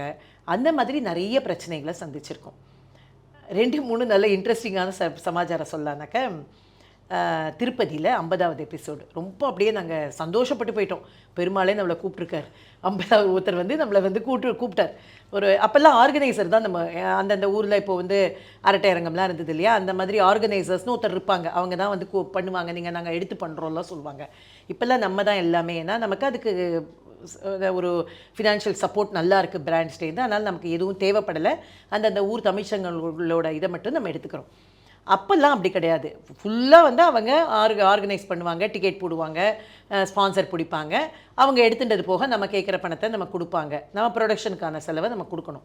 அப்படி தான் திருப்பதியிலேருந்து ஒரு அப்பாவும் பிள்ளையும் வந்தாங்க. அவங்க லட்டெல்லாம் எடுத்துகிட்டு பிரசாதத்தெல்லாம் எடுத்துகிட்டு வந்த உடனே நாங்கள் அப்படியே மயங்கி போயிட்டோம். நிஜமாகவே பெருமாள் கூப்பிட்டுருக்க 50வது எபிசோடுக்கு நம்ம சத்தியமாக இங்கே தான் பண்ணுறது அப்படின்னு எதை பற்றியுமே யோசிக்கல. அப்படியே நேராக 50வது எபிசோடு நாங்கள் போயிட்டோம். சுக்கி சிவமையா நடுவர் போகிறோம். எங்களுக்கு போட்டிருக்கிற ஹோட்டல்லேருந்து பார்த்தா எதுவுமே நம்ம ரேஞ்சுக்கே இல்லை. ஒரு சாதாரணமான இடம், ஒரு இது அது மாதிரி. இந்த பையன் என்ன பண்ணினா அப்படின்னாக்கா, எங்கள்கிட்டேருந்து ஒரு அப்போல்லாம் ஒரு 50,000 ரூபாய் தான். ஹால்லாம் வந்து இன்றைக்கி மாதிரி 22 லட்சம் 20 லட்சம்லாம் கிடையாது. 50,000 ரூபாய் எங்கள்கிட்ட நான் வந்து உங்கள்கிட்ட எல்லாத்தையும் கலெக்ஷன் பண்ணி கொடுக்குறேன், அந்த ஹாலை மட்டும் நான் பிளாக் பண்ணணும். அது வந்து திருப்பதி கீழ் திருப்பதியோட ஹால் அது. இந்த ஹாலை மட்டும் நான் பிளாக் பண்ணணும், அதுக்கு மட்டும் நீங்கள் பணம் கொடுங்கன்னா நான் ஒரு 50,000 ரூபாய் பணத்தையும் கொடுத்து அனுப்பிச்சாச்சு. இவங்க பிளாக் பண்ணியிருக்காங்கன்னு we took it for granted. ஏன்னா எங்களுக்குலாம் அப்போல்லாம் ஒன்றுமே தப்பாக யோசிக்கிறதுக்கே வாய்ப்பு கிடையாது. நாங்கள் எல்லாம் பண்ணிவிட்டு நாங்கள் போகிறோம். ஷூட்டிங் அடுத்த நாள். இப்போ எப்போவுமே முதல் நாள் போயிடுவோம், ஏற்பாடு பண்ணுவோம், அந்த பேச்சாளர்களோடலாம் ப்ரிலிமினரி நடக்கும், எல்லாம் நடந்தது. உங்களுக்கே தெரியுமே, நீங்கள் எவ்வளோ எங்களோட 2 ப்ரோக்ராம் வந்திருக்கீங்க, எல்லாம் பண்ணுவோம். நாங்கள் போயிட்டோம். திருப்பதியில் போய் அடுத்த நாள் ஷூட்டிங் நடந்துட்டுருக்கு. சாயந்தரம் 6 மணி. ஹால் அப்படியே ஹால் ஃபுல் ஆஃப் ஆடியன்ஸு. சுக்கி சிவமையா நடுவர், பக்தியின் நோக்கம் பொருளா அருளா அப்படின்னு தலைப்பு. அப்படியே பொறி பறக்கிறது டாப்பிக்கு. எல்லாம் அவ்வளோ நல்லா பேசிகிட்டு இருக்காங்க. எல்லாம் நடந்துகிட்டே இருக்குது. மோகன் சார் இங்கே உட்காந்துட்டு ஆடியன்ஸில் உட்காந்து, நான் அப்போல்லாம் வந்து ஆடியன்ஸில் உட்கார மாட்டேன். அப்போல்லாம் நான் வந்து எடிட்டில் உட்காந்துப்பேன்.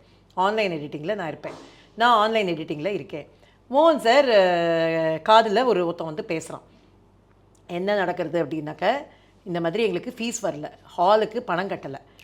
ஸோ இந்த ஹாலை நாங்கள் வந்து ஆடியன்ஸை விட மாட்டோம், நாங்கள் இந்த ஹாலை வெளியில் பூட்டிட்டு போயிடுவோம், நீங்கள் வந்து பணம் கட்டினா தான் வெளியில் போக முடியுங்கிறான். 1500 பேர் ஆடியன்ஸ் உள்ளே உட்காந்துருக்காங்க. ஷூட்டிங் நடந்துட்டுருக்கு. இதே நடந்தது. மோகன் சார் சொன்னார், இல்லைப்பா அப்போல்லாம் என்னென்னா 2 ப்ரோக்ராம் ஷூட் பண்ணுவோம். அப்போல்லாம் கொஞ்சம் எக்கனாமிக்ஸ் பார்ப்போம் இல்லையா, அதனால் ஒரு கேமரா எடுத்தோம்னாக்க 2 பட்டிமன்றம் நடக்கும். 4லேருந்து 6 வரைக்கும் ஒரு பட்டிமன்றம், 7 to 9 ஒரு பட்டிமன்றம் நடக்கும். இப்போ முதல் பட்டிமன்றம் நடந்துட்டுருக்கு. மோகன் சார் சொன்னார், மோகன் சார் சொல்லிருக்கு, இது எதுவுமே எனக்கு எல்லாமே கூட தெரியாது, மோகன் சாருக்கு மட்டும்தான் தெரியும். கவலைப்படாதப்பா, நான் பண்ணிடுறேன், ஆனால் வந்து நீ இந்த மாதிரி எதுவும் இங்கே எதுவுமே பேனிக் இது பண்ணாத, எந்த அனௌன்ஸ்மெண்ட்டும் பண்ணாத, உனக்கு 9 மணிக்குள்ளே பணம் வந்துடும், 9 மணிக்குள்ளே பணம் வரலைன்னா நீ போட்டிக்கலாம் அப்படின்னு சொல்லிட்டு உடனடியாக இங்கே நட்ராஜ் சார் அப்போல்லாம் இங்கே தானே இருந்தார், அவர் ஏதோ ப்ரொடக்ஷனில் இருந்தார், அவருக்கு ஃபோன் பண்ணி அவர் டிரைவர்கிட்ட இங்கே நம்மள பணத்தை ஏற்பாடு பண்ணி, நீங்கள் வந்து எனக்கு உடனடியாக ஒரு 3 ஹவர்ஸ்க்குள்ளே எனக்கு வந்து சேரணும், அந்த பணத்தை கொடுத்து அனுப்பு அப்படின்னு சொல்லிட்டு. அப்போல்லாம் அவ்வளோலாம் கையில் பணம் பொருளாது. என்ன ஏதோ ஒரு 10,000 20,000 வச்சுட்டு இருப்போம். 50,000 ரூபாய் 60,000 ரூபாய் பணம் பொருளெல்லாம் பொருளாது. அதை வந்து அந்த ஒரு 8 மணிக்குள்ளே அவன்கிட்ட கொண்டு போய் கட்டி அதுலேருந்து வந்தோம். அந்த பையனை வந்து அதுக்கப்புறம் நான் கண்ணை கொடுத்தே பார்க்கல. அதுக்கப்புறம் வந்து அந்த பையன் வந்து பல தடவை வந்து மன்னிப்பு கேட்டு அது இதெல்லாம் பண்ணாங்க. நாங்கள் எதுவுமே இது பண்ணிக்கலப்பா, போகிறோம், உன்னோட அனுபவிச்சது போகிறோம், இதுக்கு இல்லை நான் ஏதோ இதை பண்ணிட்டேன் அதை பண்ணிட்டேன், நான் வந்து கொடுத்துட்றேன் இந்த பணத்தை தான். இனி வரைக்கும் அது கணக்கில் இருக்குது, அதனால பெருமாள் கணக்கில் அது இருக்குது. கோவான உடனே நாங்களும் கொஞ்சம் த்ரில் ஆனோம். என்னென்னா சங்கர் கணேஷோட கச்சேரியும் ஏற்பாடு பண்ணிட்டு அவர் இது கோவா தமிழ்ச்சங்கம் அப்படின்னு வந்தார். நாங்கள் எங்கே போனாலும் வந்துடுவார். நாங்கள் ஈரோட்டில் ஏதோ ஒரு ப்ரோக்ராமில் இருக்கோம், ஒரு பெரிய பேம்ப்ளெட்டை ரெடி பண்ணிட்டு எங்கள்கிட்ட வந்துட்டு இந்த மாதிரி இதெல்லாம் நாங்கள் ஏதோ அட்வான்ஸ் கேட்டோம். அப்போல்லாம் வந்து 2 லட்சம் 3 லட்சம் அட்வான்ஸ் அனுப்பிட்டார். அனுப்பினோடனே எங்களுக்கு எந்த டவுட்டும் வரல, சரி பண்ணிட்டாரு இந்த ஆள், நமக்கு எல்லாம் சரியாக பண்ணுவார் அப்படின்னு நினச்சிட்டோம். தமிழ்ச்சங்கம் பேக்ரவுண்ட் வேறு, ஸோ எல்லாம் பண்ணிவிடுவார் அப்படின்னு நினச்சிட்டோம். இப்போ இது தமிழ் புத்தாண்டு அன்றைக்கி எங்கள் பட்டிமன்றம் April 14th. நாங்கள் எல்லோரும் போய் இறங்கியிருக்கோம். அந்த ஆள் எங்கே இருக்காருன்னு தெரில. நல்ல ஹோட்டல் போட்டிருக்காரு, நல்ல ஸ்டார் கேட்டகரி ஹோட்டல் இருக்குது, நல்ல அகாமடேஷன் இருக்குது, எல்லாமே இருக்குது. ஆனால் அந்த ஹோட்டலுக்கு பில் நம்ம தான் கட்டிட்டு போகணும் மாதிரி இருக்குது. என்ன நடக்கிறதுனே எங்களுக்கு புரியல. ஒரு மாதிரி அந்த ஒரு இது சொல்லுவோம்ல, ஃபிஷ்ஷியாக இருக்குதுன்னு சொல்லுவோம்ல, அந்த மாதிரி இருக்குது. அப்போ இந்த தமிழ்ச்சங்கம் ஆளுங்கள்லாம் நம்மளோட காண்டாக்டில் இருந்தாங்க. எல்லாருக்கும் ஃபோன் பண்ணால் எல்லோரும் டின்னருக்கு வந்துட்டாங்க. அப்போ அங்கே இருந்த ஒரு தொழிலதிபர்கள் மாதிரி இருப்பாங்கல்ல, அவங்க எல்லாம் வந்து சொன்னாங்க, சார் இது வந்து இந்த ஆள் ஏமாத்துறான் சார், அவன் எங்கன்னே தெரியல எங்களுக்கே, ஆனால் அவன் தான் இதெல்லாம் ஏற்பாடு பண்ணான், ஆனால் நீங்கள் கொஞ்சம் சிக்கிட்டா மாதிரி இருக்குது, கவலைப்படாதீங்க, கல்யாண மாலை ப்ரோக்ராமை நம்ம நடத்திடுவோம், ஆனால் வந்து எந்த பணமுமே அவன்கிட்டேருந்து வராது, அதனால் மீதியெல்லாம் நாங்கள் பார்த்துக்குறோம், நீங்கள் கவலைப்படாதீங்க, இந்த ஊர்லேருந்து தமிழுக்காக நீங்கள் வந்திருக்கீங்க, உங்களை அனுப்ப வேண்டியது எங்கள் பொறுப்பு அப்படிலாம் சொன்னாங்க. நாங்கள் வந்து பட்டிமன்றம் நடக்கிறது, ஒரு நல்ல ஹாலு, பட்டிமன்றம் நடக்கிறது, அந்த ஆள் வரவே இல்லை. நாங்கள் வாட்டிலே ஆனால் தமிழ் மக்கள் காத்துட்ருக்காங்க. ஒரு 700-800 பேர். கோவாவில் முதல்ல நடக்கிற ப்ரோக்ராம் அது. எத்தனையோ காலங்கள் கழிச்சு ஒரு தமிழ் ப்ரோக்ராம் நடக்கிறது. அப்படி ஒரு இன்வால்வ்டாக வந்திருந்தாங்க. ஞானசம்பந்தம் ஐயா நடுவர். ரொம்ப சிறப்பாக பட்டிமன்றம்லாம் நடந்துருது. ஒரு பேக்ட்ராப் கூட கிடையாது சார், பேக்ட்ராப் கூட அந்த ஆள் ரெடி பண்ணலை. அதுக்கப்புறம் நாங்களே போய் என்னத்தையோ துணியெல்லாம் கட்டி ரெடி பண்ணி நாங்களே பண்ணி ஷூட்டிங்கை முடித்தோம். எபிசோட கையில் எடுத்துட்டு கிளம்பி வந்துட்டு எங்களுக்கு அடுத்த நாளைக்கு தான் ஃப்ளைட்டு. ஆனால் வந்து எங்களுக்கு வந்து அந்த இடத்துல இருக்கிறதுக்கு சரி வராத மாதிரி தோணித்து. ஏன்னா என்ன பிரச்சனை வருமோ, யார் வந்து என்ன பிரச்சனை பண்ணுவாங்களோ, அதனால் நாங்கள் கிளம்பலாம் அப்படின்னு சொல்லிட்டு உடனடியாக எல்லாருமே சேர்ந்து பெங்களூரில் ஒரு ட்ரெயினை பிடிச்சிட்டு கிளம்பலான்ட்டு பெங்களூருக்கு ட்ரெயினுக்கு வரோம். அப்போ தமிழ்ச்சங்கம் அந்த அசோசியேஷன்லேருந்து ஃபோன் வருது, எங்கே ஐயா இருக்கீங்கன்னா, நாங்கள் இது மாதிரி இருக்கோன்னு. ஐயா இங்கே 6000 பேர் வந்திருக்காங்க கடற்கரையில், அவர் வந்து எல்லாருக்கும் சங்கர் கணேஷ் வராருன்னு சொல்லிட்டு டிக்கெட்டை விற்றுருக்காரு, அந்த மக்கள் கூடியிருக்காங்க, பெரிய இது வந்துடும் போல இருக்கு. இப்போல்லாம் நம்ம பார்க்குறோமே ப்ரோக்ராம்லலாம் பிரச்சனை வருதுன்னு, அந்த மாதிரி நான் சொல்கிறது எத்தனையோ வருஷம் 15 வருஷம் முன்னாடி மக்கள் கூடியிருக்காங்க சார், எந்த வாரம் பிரச்சனை. ஆனால் மோகன் சார் இதை ஏதோ ஸ்மெல் பண்ணிட்டு தான் சொன்னார், நம்ம ஊரை விட்டு கிளம்பிடலான்னு. நாங்கள் கிளம்பிட்டோம். நீங்கள் வந்து ஒன்றே எங்களுக்கு ஹெல்ப் பண்ணுங்கள், சங்கர் கணேஷ் ஐயா இங்கே வந்துட்டாரா, ஹோட்டலில் இருக்காரா என்னங்கிறத மட்டும் எங்களுக்கு செக் பண்ணி சொல்லுங்கன்னார். மோகன் சார் ஃபோன் பண்ணால் சிக்கிட்டீங்களா மோகன் சார், நான் தப்பிச்சிட்டேன், நான் சென்னையில் இருக்கேன் சங்கர் கணேஷ். சென்னையை விட்டே கிளம்பல, அவர் கிளம்பல, ஏன்னா அவருக்கு பணம் வரல, அவர் கிளம்பல, அவர் செஞ்சது அவரோட சைடில் நியாயம். ஆனால் அங்கே ஒரே அடிதடி அமக்களம் நடந்து, ஏன்னா அத்தனை பேர் டிக்கெட் வாங்கிட்டு வந்திருக்காங்க, எல்லா பிரச்சனையும் நடந்தது. நாங்கள் தப்பிச்சுட்டு பெங்களூர் வந்துட்டு நேராக பெங்களூர்லேருந்து சென்னைக்கு ஃப்ளைட்டை பிடிச்சி வந்து சேர்ந்துட்டோம். இந்த மாதிரி இது வெளிநாடுகளில் நடக்கிற பிரச்சனைகள், வெளிநாடுகளில் வந்து இந்த மாதிரி வெளிநாடுகளும் நடக்கா? வெளிநாடுகளில் வந்து சில ஊர்களில் அந்த மாதிரி பிரச்சனைகள் நடக்கும். துபாயில் என்ன பண்ணாங்க, ஒரு அசோசியேஷன் ஏற்பாடு பண்ணாங்க. ஆனால் அவங்க என்ன பண்ணாங்க, இந்த கேமரா எக்யூப்மெண்ட்ஸ்க்கு பணம் தரல. அவன் என்ன பண்ணினான் அப்படின்னாக்க, இந்த ஷூட்டிங் முடிச்சோன்னா அப்போல்லாம் கேசட் ஞாபகம் இருக்கும் அவங்களுக்கு, பீட்டா கேசட் இருக்கும் இல்லையா, பீட்டா கேசட் தான். நான் வந்து அந்த 20 மினிட்ஸ் கேசட்டெல்லாம் நான் ரொம்ப பத்திரமா என் காலங்கி, நான் தான் அப்போல்லாம் ஆன்லைனில் உட்காந்துப்பேன், அதனால் காலங்கி எடுத்து வச்சுட்டுருவேன். ஷூட் பண்ண நான் வாங்கி வச்சுட்டுருவேன். அவன் வந்து பக்கத்துலேயே உட்காந்துட்டு இருக்கான். ஏன்னா இந்த கேசட்டை கொடுக்கக்கூடாது, இது வந்து இவங்க பணத்தை செட்டில் பண்ணால் தான் கேசட்டை கொடுக்கணும் அப்படின்னு. நான் என்ன பண்ணேன் அப்படின்னாக்கா, என்னோட அசிஸ்டன்ட் டைரக்டர்கிட்ட சத்தம் போடாமல் 5 கேசட்டை அனுப்பிச்சுட்டே இருந்தேன். ஒரு ஷூட்டிங் முடிகிற 5 கேசட்டை வெளில அனுப்பிச்சிட்டேன். ஆடியன்ஸ் கேசட் மட்டும் வச்சுருந்தேன் 10 கேசட்டை. ஏன்னா அது கிடைக்கலன்னா கூட நமக்கு பிரச்சனை இல்லை, ஆடியன்ஸை தனியாக ஷூட் பண்ணுவோம், இதெல்லாம் ப்ரோக்ராமை தனியாக ஷூட் பண்ணுவோம். ஸோ அந்த ப்ரோக்ராமை ஷூட் பண்ண கேசட்லாம் நான் வெளில அனுப்பிச்சாச்சு, ஆடியன்ஸ் கேசட் மட்டும். அவன் என்ன நினச்சிட்டானாக்கா, சரி ஏதோ எல்லா கேசட்டையும் நம்ம கேப்சர் பண்ணிட்டோம் அப்படின்னு நினச்சிட்டான். ஆனால் நம்ம வந்து தப்பிச்சுன்னு வந்துட்டோம். அதுக்கப்புறம் அவங்க சரி பண்ணாங்க, எல்லாம் பண்ணாங்க. இது மாதிரி நடக்கும். ஏன்னா வந்து என்ன சொல்கிறது, ஏதோ ஒரு ஆர்வக்கோளரில் பண்ணுறாங்க, ஆனால் அவங்களால அதை ஃபுல்ஃபில் பண்ண முடியாத சுச்சுவேஷன் வந்துடுறது. சில பேர் ஏமாற்றணுன்னே பண்ணுறாங்க, கோவாவில் பண்ணதெல்லாம் ஏமாற்றணுன்னே பண்ணது. ஆனால் இதெல்லாம் வந்து சில ஊர்கள், இப்போ துபாயிலெல்லாம் நடந்தது வந்து அவங்க ஏமாற்றணும்னு பண்ணலை, ஆனால் அவங்களுக்கு அந்த பணம் அப்போ வந்து சேரலை அந்த கைக்கு. அப்போ அவங்களுக்கு வந்து நம்ம வந்து பலிக்காடு ஆக முடியாது. நம்மளை பொறுத்த வரைக்கும் அடுத்த எபிசோடு போயாகணும். அதனால் நம்ம தப்பிச்சுன்னு வருது தான் நமக்கு முக்கியம். முதல்ல இந்த கல்யாண மாலை ஆரம்பிக்கும் போது உங்களுடைய கான்செப்ட் என்னவா இருந்தது? முதல்ல இது வந்து வரன் மட்டும்தான் அறிமுகம் அப்படிங்கிற மாதிரி போச்சு. ஒரு 4-5 எபிசோடு வந்து முதல்ல நம்ம சன் டிவிலே வரல, அப்போது ஏதோ ஒரு இதில் ஜேஜே டிவி அந்த மாதிரி யோசித்த போது, சும்மா கான்செப்டுவலாக பண்ணி பார்த்த போது. ஆனால் எனக்கு வந்து ஒரு 3-4 வாரத்துலேயே புரிஞ்சு போச்சு, இதில் வேறு ஒரு காம்பனண்ட் இருந்தால் தான் இந்த ப்ரோக்ராம் ஜெயிக்கும் அப்படின்னு சொல்லிட்டு. அப்போ தான் வந்து இந்த மாதிரி ஹஸ்பண்ட் அண்ட் ஒய்ஃபை வச்சு எதாவது பண்ணலாம், அவளோட இது பண்ணலாம். ஏன்னா இதுதான் ஃபஸ்ட்டு ரியாலிட்டி ஷோ தமிழில். அப்போ நம்ம தான் வந்து ட்ரையல் அண்ட் எரர் மெத்தடில் தான் நம்ம போய் ஆகணும். அது 2-3 எபிசோட் போனோடனே நான் திரும்ப திங்க் பண்ண ஆரம்பிச்சிட்டேன், இது எதுவுமே சரிப்பட்டு வராதுன்னு.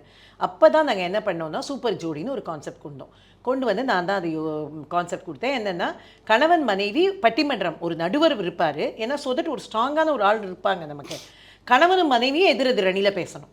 கணவன் பேசுகிற அணியில் மனைவி பேசக்கூடாது, மனைவி பேசுகிற அணியில் கணவர் பேசக்கூடாது அப்படின்னு நம்ம டிசைட் பண்ணோம். அது கிட்டத்தட்ட ஒரு 7-8 வருஷம் நல்லா போச்சு. அதில் வந்து 2 பேர் மட்டும் அணி தலைவர்களாக இருப்பாங்க. அப்படி தான் இவங்க ராஜா சார்லாம் அப்படி தான் முதல்ல வந்தாங்க நம்ம மேடைக்கு. அவங்க 2 பேர் அணித்தலைவர்களாக இருப்பாங்க, மீதி பேர் இவங்க தான் பேசுவாங்க. பேசும்பொழுது என்னன்னாக்க, அதுவே ஒரு 7-8 வருஷத்தில் அது ஏன் ஸ்டேல் ஆச்சு அப்படின்னாக்க, கணவன் பேசினா மனைவி பேச மாட்டேங்கிறாங்க, மனைவி பேசுகிற இடத்துல கணவன் சரியாக பேச மாட்டேங்கிறாங்க. அதனால் நம்மளால் 2 பேரையும் டியூன் பண்ணி மேடைக்கு கொண்டு வருது. ஏன்னா ஒரு பீரியடில் வந்து இதோட ரேஞ்ச் வேறு இடத்துக்கு போயிடுது. அப்போ சுமாராக பேசுகிறவங்க யாரையும் நம்ம எடுத்துன்னு வர முடியாது, என்டர்டெயின் பண்ண முடியல. அப்போ முதல்லலாம் நமக்கு அவ்வளோ ரிஸ்க் இல்லை, அவங்க என்ன பேசினாலும் அது வந்து எடுத்துக்கிறதுக்கான மக்கள் இருந்தாங்க. ஆனால் ஒரு பீரியடில் வந்து இது எங்கேயோ ஒரு ஹைட்டுக்கு போனப்புறம் நம்மளால் சுமாராக பேசுகிறவங்கள இல்லை என்டர்டெயின் பண்ண முடியல. அதுக்கப்புறம் தான் பட்டிமன்றம். ஆனால் அந்த பட்டிமன்றத்துலையும் என்ன புதுமை பண்ணினோம் அப்படின்னாக்க, அந்த ஊர் பேச்சாளர்களை டியூன் பண்ணோம். அதுதான் கல்யாண மாலை பண்ணின ஒரு பெரிய வேலை. அது எந்த நாடாக இருந்தாலும், அது அமெரிக்காவில் தமிழ் நிகழ்ச்சின்னு முதல்ல பண்ண நிகழ்ச்சி இதுதான். கல்யாண மாலை தான் வந்து 12 ஊர்களில் பண்ணுவோம் நம்ம. அந்த மாதிரி ஒரு ஃப்ரைடே சாட்டர்டே சண்டே இப்படி ஷூட்டிங் பண்ணணும். அப்படியே முடிச்சா போகிறோம் அப்படிங்கிற மாதிரி இருக்கும். எந்த ஃப்ளாவும் இல்லாமல் நம்ம ஷூட்டிங் முடிச்சுட்டு வரணும். டைம் ஜோன் டிஃப்ரென்ஸு, அத்தனை டைம் ஜோன் டிஃப்ரென்ஸ்லேயும் நம்ம டயத்துக்கு போய் சேரணும். நானும் மோன்சாரும் அந்த காலத்தில் என்ன பண்ணுவோம் அப்படின்னாக்க, அதே மாதிரி ட்ராவல் எடுத்து பார்த்து இந்த நேரத்துக்குள்ளே நம்மளால் இந்த ஃப்ளைட்டை பிடிச்சி இந்த இடத்துக்கு வந்துட முடியறதா, ஒரு ஃப்ளைட்டை மிஸ் பண்ணோன்னா அடுத்த ஃப்ளைட்டை பிடிச்சா நம்ம டீம் வந்துருமா அப்படின்னு. அட்லாண்டாலேருந்து ஹியூஸ்டனில் இருக்கும், ஹியூஸ்டன்லேருந்து கனெக்டிகேட்டில் இருக்கும், இப்படிலாம் மாற்றி ஜிக்ஸாக்காக இருக்கும் ப்ரோக்ராம்.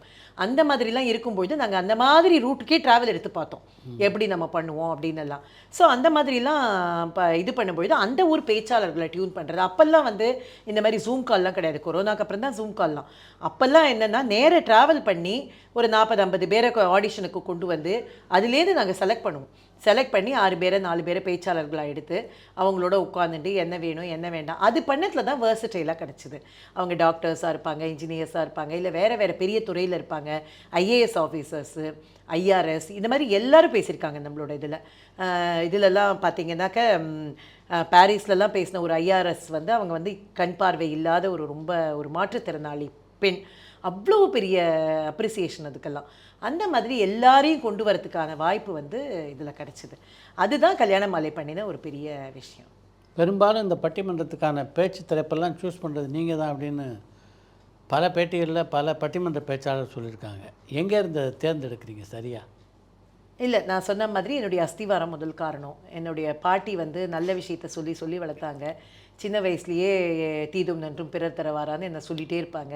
நீ தான் காரணம் எல்லாத்துக்கும், நீ தான் டெவலப் பண்ணிக்கணும்னு. அந்த மாதிரி ஒரு சின்ன ஆர்வம் இருந்தது. தமிழில் வந்து நான் கொஞ்சம் பேச்சு போட்டி அது இதெல்லாம் கலந்துனேன். அண்டு பேசிக்காக நம்ம மனசில் இருக்கிற ஒரு எத்திக்ஸு, ஒரு நல்லதை மட்டும் செய்யணும், நல்ல விஷயங்களை மட்டும் பேசணும் அப்படிங்கிறது. அதனால தான் நீங்கள் கல்யாண மாலையில் பார்த்தீங்கன்னா இத்தனை காலமாக 25 ஆண்டுகளாக ஒரு என்டர்டெயின்மெண்ட் சேனலில் வந்து ஒரு நல்ல கருத்துக்களையே பேசி பேசி ஜெயிச்சுட்டுருக்கோம், போர் அடிக்காமல். அடுத்த தலைமுறை வந்தாச்சு நம்மள்கிட்ட வரம் தேடுறதுக்கு. அந்த மாதிரி நம்ம பண்ணிகிட்ருக்கோம் அப்படின்னாக்கா அதுக்கு காரணம் வந்து நமக்கு உள்ளார்ந்த நம்மளுடைய சிந்தனைகள், நம்மளோட சேர்ந்து இருக்கிறவங்களுடைய சிந்தனைகள். இப்போது குடும்பமாக இருக்கட்டும், நட்ராஜன் சார், நாகராஜன் சார், மோகன் சார், அந்த குடும்பமாக இருக்கட்டும், இல்லை எங்களுடைய பேச்சாளர்களாக இருக்கட்டும், ஐயா தொடங்கி எங்களோட பேசின எல்லாருமே, சினிமா துறையில் இருக்கிறவங்க எத்தனை பேர் பேசியிருக்காங்க, அதே மாதிரி வேறு துறையில் இருக்கிறவங்க எல்லாமும் நிறைய பேர் பேசியிருக்காங்க, டாக்டர்ஸ் அவங்க எல்லாமும் பேசியிருக்காங்க. அந்த மாதிரி எல்லா இதுவும் இருக்கிறவங்களும் நம்மள்ட்ட வந்து சேர்றவங்க எல்லாருமே அந்த ஒரே மாதிரியான சிந்தனை உள்ளவங்க தான் நம்மள்ட்ட வந்து சேர்றாங்க. அப்போ எந்த தலைப்பு கொடுத்தாலும் அவங்க வந்து அதை ஒரு சேலஞ்சாக எடுத்துக்கிறாங்க. இப்போ வந்து ஒரு சாதாரண தலைப்பே கிடையாது நம்மள்ட்ட. நம்ம இப்போ பேசும்பொழுது இந்த மாதிரி யாதும் ஊரே யாவரும் கேளீர் என்பது இன்றைக்கும் சாத்தியமே சிரமமேன்னு பேசினோம் நாங்கள் ஆக்ஸ்ஃபோர்டில். அந்த தலைப்பு அப்படி ஒரு பிரம்மாண்ட வெற்றி பெற்றது. ஏன்னா அந்த ஊர்க்காரங்க 4 பேர் பேசுகிறாங்க. அந்த ஊர்க்காரங்க வந்து இன்றைக்கி வந்து எல்லா ஊரும் எங்கள் ஊருன்னு என்னால் நினைக்க முடியாதுன்னு பேசுகிறதுக்கு தைரியத்தோடு பேசினாங்க. ஒரு டாக்டர் பொண்ணு அப்படி பேசினாங்க.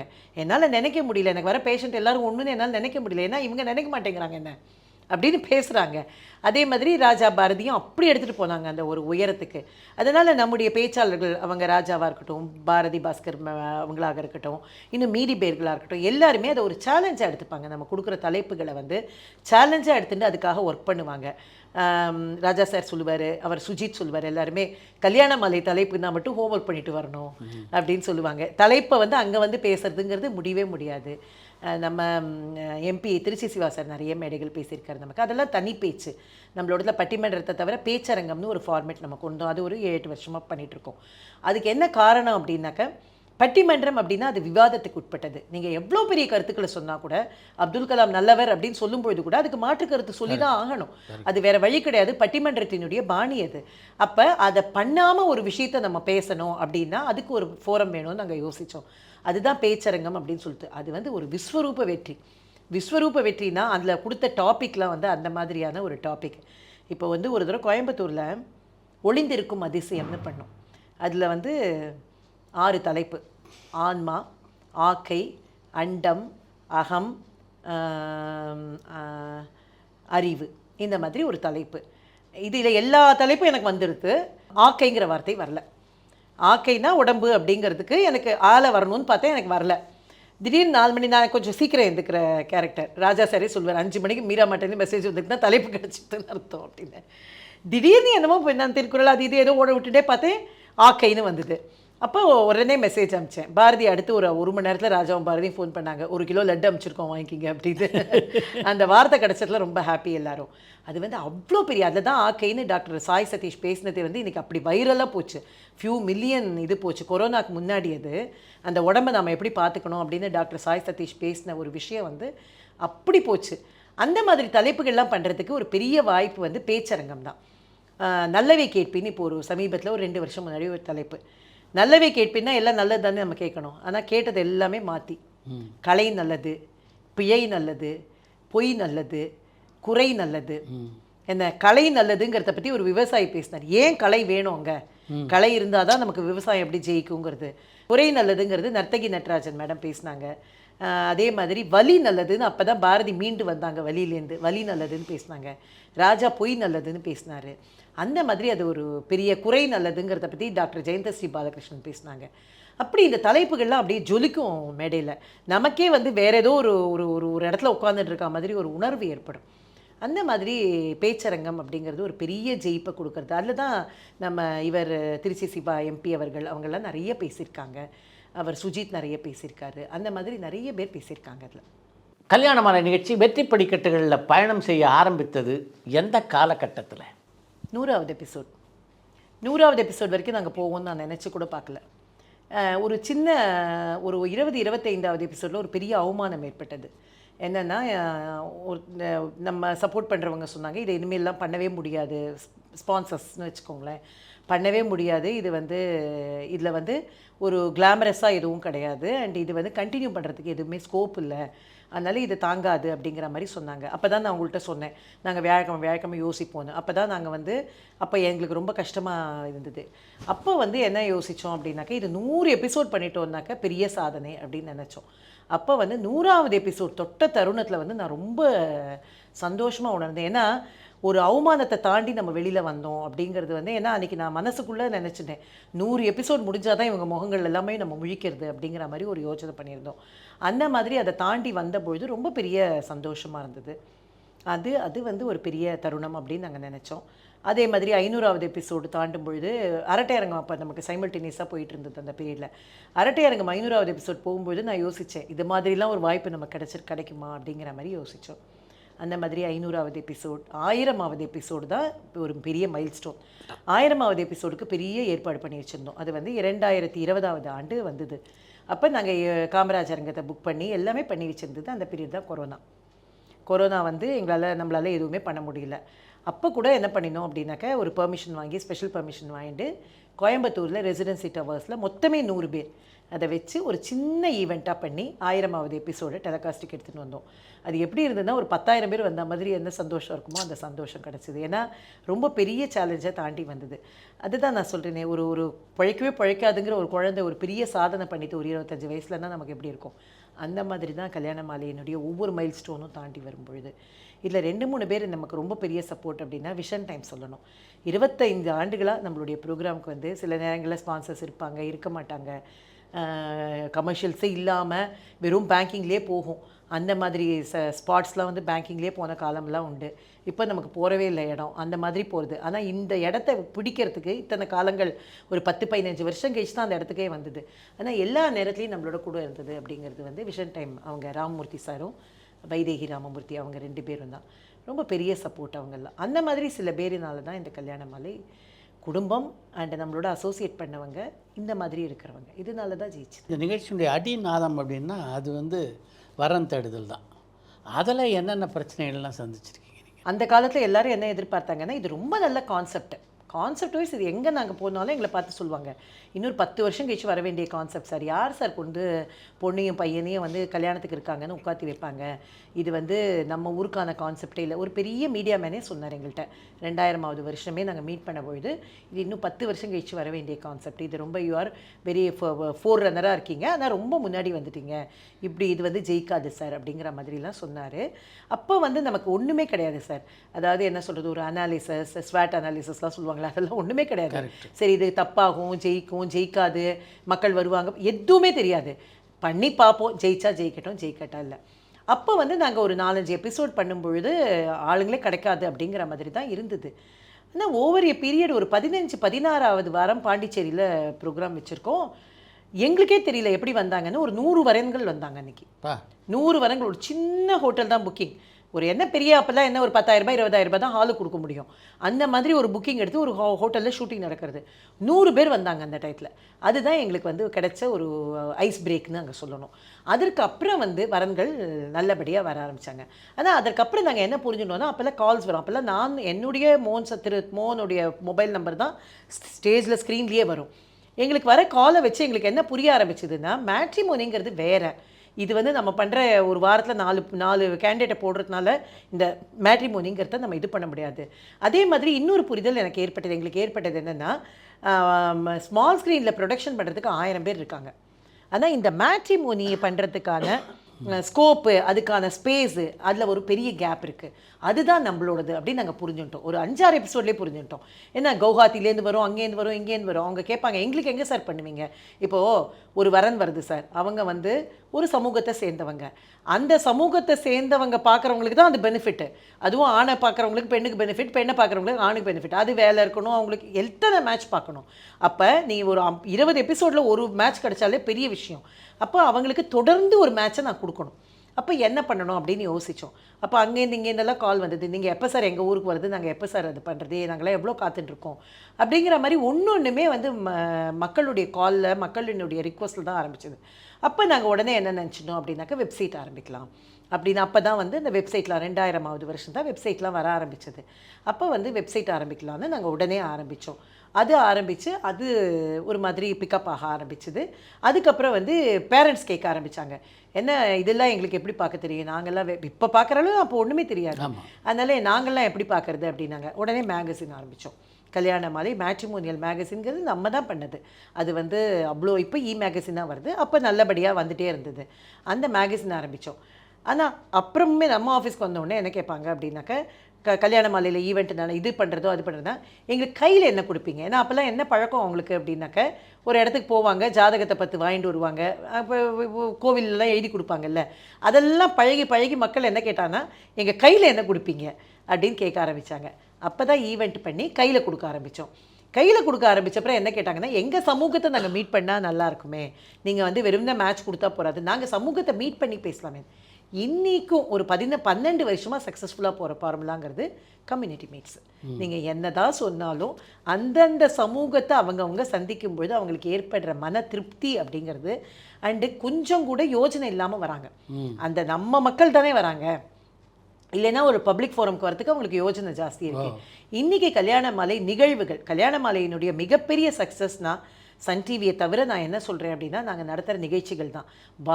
வாரம் நிகழ்ச்சிகள் இருக்குது. எல்லா ஊர்கள்லேயும் கல்யாண மாலையினுடைய, நம்ம ஊரில் கல்யாண மாலை, திருமண திருவிழான்னு நிறைய பேனரில் நடந்துட்டுருக்கு. அதில் நடக்கிறதுல ரொம்ப ரொம்ப முக்கியமான ஒரு நிகழ்வு அப்படிங்கிறது மேட்ரிமோனி அப்படின்னா கூட அதில் ரொம்ப முக்கியம் வந்து கம்யூனிட்டி மீட்ஸு.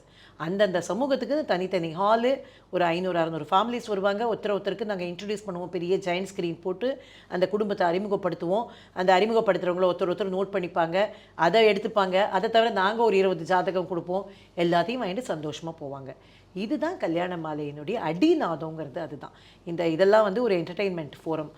கல்யாண மாலையை நம்மளுடைய அந்த இதை வந்து தக்க வச்சுக்கிறதுக்கு, ரசனையை தக்க வச்சுக்கிறதுக்கான ஒரு ஃபோரம் தானே மீதியெல்லாம். தவிர கல்யாண மாலையினுடைய லைஃப் லைன் அப்படிங்கிறது இந்த வரன் தான். அதில் அவர் திரு மோகனினுடைய கான்ட்ரிபியூஷனுங்கிறது ரொம்ப பெருசு. அவருடைய குரல், அவருக்கு வந்து பாடலேருந்து ரொம்ப வருத்தம் உண்டு. ஏன்னா அவர் வந்து திருவாரூரில் பிறந்தது வேறு ஊரில், திருவாரூரில் வளர்ந்தவர். அதனால் அந்த மும்மூர்த்திகள் சபா அங்கே இங்கெல்லாம் நிறைய பாட்டு கற்றுண்டு, ஒரு காலத்தில் குடும்பத்தினுடைய சூழ்நிலை காரணமாக பாட்டுக்கெல்லாம் ஸ்கூல் ஃபீஸ் கட்டணுமா, பாட்டு கட்டணுமானா ஸ்கூல் ஃபீஸ் தானே முக்கியம். அந்த மாதிரி அவர் வந்து பாட்டை வந்து மிஸ் பண்ணிட்டார். அதுலேருந்தே அவருக்கு ரொம்ப பெரிய குறை உண்டு. ஆனால் வந்து அவருடைய குரல் வந்து இப்படி உலகமெங்கும் ஒலிக்கிறதுக்கான வாய்ப்பு கிடச்சிது இந்த கல்யாண மாலை. அவர் குரலுக்குன்னு ஒரு தனி மெஸ்மரைசிங் ஃபேக்டர் உண்டு. அதுதான் வந்து இன்றைக்கி கல்யாண மாலையை இவ்வளோ தூரத்துக்கு கொண்டு வந்திருக்கு. அதுவும் முக்கியமான காரணம். ஏன்னா அவர் என்னுடைய அப்ரோச் இல்லாமல் வேறு யார் பண்ணியிருந்தாலும் இவ்வளோ பெரிய ஜெயிச்சிருக்குமா அப்படிங்கிறது என்னால் சொல்ல முடியும். கல்யாணம் அப்படின்னும் போது வரன்களை பற்றி தப்பாக பதிவு செய்கின்ற பலர் இருக்காங்க. அது போன்ற சந்தர்ப்பங்களில் எப்படி நீங்கள் அவங்களெல்லாம் வடிகட்டுவீங்க? சன் டிவியை பொறுத்த வரைக்கும் அந்த வாய்ப்பு இல்லவே இல்லை. ஏன்னா சன் டிவிங்கிறதே ஒரு பப்ளிக்கில் வந்து உட்காந்துக்கிறாங்க. அதனால் அதை டெலிகாஸ்ட் வரதுக்கு முன்னாடியே தெரிஞ்சு போய்டும், இல்லை தப்பு இருந்தது அப்படின்னாக்கா வந்து இது வந்துடும்னு. அதனால் சன் டிவியில் அந்த வாய்ப்பு நமக்கு வந்ததே கிடையாது. அது எங்களுக்கு இது இல்லை. ஆனால் வெப்சைட்டில் இதில் போடும் பொழுது யாரானா ஃபோன் பண்ணி சொல்லும்பொழுது இந்த மாதிரி இந்த தகவல் தவறாக இருக்குது, நாங்கள் விசாரித்தோம் அந்த வீட்டுக்கு ஃபோன் பண்ணி, அந்த பையனுக்கு வந்து அந்த சரியான இது இல்லை அப்படின்னெல்லாம் சொன்னாக்க நாங்கள் விசாரிச்சுட்டு அதெல்லாம் டெலீட் பண்ணதுங்கிறது நடக்காமல் இருக்கவே இருக்காது. அதெல்லாம் கண்டிப்பாக நடந்துட்டு தான் இருக்கும். அதே மாதிரி அவங்களே வந்து ஃபீஸ் கட்டியே இருந்தால் கூட அதை ரீஃபண்ட் பண்ணுற அளவெல்லாம் நம்ம பண்ணியிருக்கோம். அதெல்லாம் பண்ணி தான் ஆகணும். ஏன்னா நமக்குன்னு ஒரு சமூக பொறுப்பு இருக்குது. ஆனால் வந்து மக்கள்கிட்ட நாங்கள் திரும்ப திரும்ப ரிக்வஸ்ட் பண்ணுறது என்ன அப்படின்னாக்கா எல்லா மீடியம் மாதிரி தான் இதுவும். இதில் வந்து நன்மை எத்தனைக்கு எத்தனை இருக்கோ அது மாதிரி அதில் ஒரு 5% தீமைகள் இருக்க தான் செய்யும். ஏன்னா ஒரு பப்ளிக் ஃபோரம் அது. அதனால் எதாக இருந்தாலும் தீர விசாரிச்சு பண்ணுங்கள். மோகன் சார் திரும்ப திரும்ப ஒரு விஷயம் சொல்வார், நீங்கள் கார் வாங்கணுன்னா 10 தடவை யோசிக்கிறீங்க, ஒரு ஏசி வாங்கணுன்னா கூட என்ன பிராண்ட் வேணும்னு அவ்வளோ யோசிக்கிறீங்க. அதனால் மணமகனையோ மணமகளையோ தேர்ந்தெடுக்கும் போது இங்கே பார்த்தேன் அங்கே பார்த்தேன் இங்கே ஏமாந்தேன் அங்கே ஏமாந்தேன்னு நீங்கள் சொல்லக்கூடாது.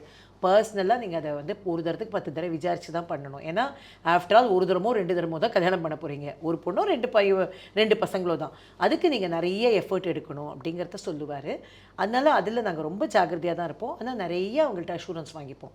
அவங்க வந்து நமக்கு வந்து நான் கொடுத்துருக்குற எல்லா இன்ஃபர்மேஷனும் கரெக்டுன்னு அவங்க சைன் பண்ணுறதா இருக்கட்டும். அதே மாதிரி டிவோர்ஸ் காப்பி இல்லாமல் செகண்ட் மேரேஜுக்கு ப்ரப்போசல் எடுத்துக்கிறதே கிடையாது, அது சான்ஸே கிடையாது. அந்த மாதிரி இல்லை வந்துடும் நாங்கள் வந்த உடனே கொடுக்குறோம், அதெல்லாம் வாய்ப்பே கிடையாது. ஸோ அந்த மாதிரிலாம் நம்ம வந்து கொஞ்சம் நம்மளால் முடிச்ச எல்லா ப்ரிகாஷன்ஸையும் எடுத்துக்கிறோம். அதில் கல்யாண மாலை திரு மோகன் குறிப்பிட்டு பண்ணுற எக்ஸ்க்ளூசிவ் மேட்ரிமோனின்னு இருக்குது. அது வந்து அவரே பார்த்துக்கிறது. ஹை அண்ட் ப்ரொஃபைல்ஸ் இல்லைன்னா ரொம்ப சமூகத்தில் ஒரு பெரிய பொறுப்பில் இருக்கிறவங்க அவங்களுடைய ப்ரொஃபைல்ஸ்லாம் அவர் ஹேண்டில் பண்ணுறார். அதில் அவர் ஒரே ஒரு பாயிண்ட் வச்சுட்டுருக்கார், என்னென்னா டெஃபினட்டாக அவங்கள மீட் பண்ணால் தான் அதை எடுத்துக்கிறது. அந்த மாதிரி வச்சுருக்காரு. எந்த ஊராக இருந்தாலும் எந்த நாடாக இருந்தாலும் 99% நேரம் மீட் பண்ணிவிடுவார். அவங்க ஆஃபீஸ் வருவாங்க, இல்லை இவர் போய் மீட் பண்ணுவார். அது பெங்களூரு, கோயம்புத்தூர், ஹைதராபாத் எங்கேயா இருந்தாலும். அப்படி இல்லை ரொம்ப ரொம்ப முடியல அமெரிக்காவில் இருக்காங்க நான் இப்போ போகிறது இல்லைன்னா ஜூம்லேயாவது மீட் பண்ணிவிடுவேன். மீட் பண்ணி ஒருத்தருக்கு ஒருத்தர் புரிஞ்சுட்டு அதே மாதிரி பொண்ணையோ பையனையோ கட்டாயமாக பார்க்கணும்னு சொல்லுவார். கட்டாயமாக பார்ப்பார், அதில் வந்து டவுட்டே கிடையாது. ஏன்னா அவங்கள்ட்ட அக்செப்டன்ஸே இல்லாமல் இவங்க வந்து கொடுக்கறதுக்கு வாய்ப்புகள் இருக்குது. அண்ட் அவங்களுடைய ப்ரையாரிட்டிஸ் ரொம்ப வேறையாக இருக்கும், இவங்க ப்ரையாரிட்டிஸ் ரொம்ப வேறையாக இருக்கும்.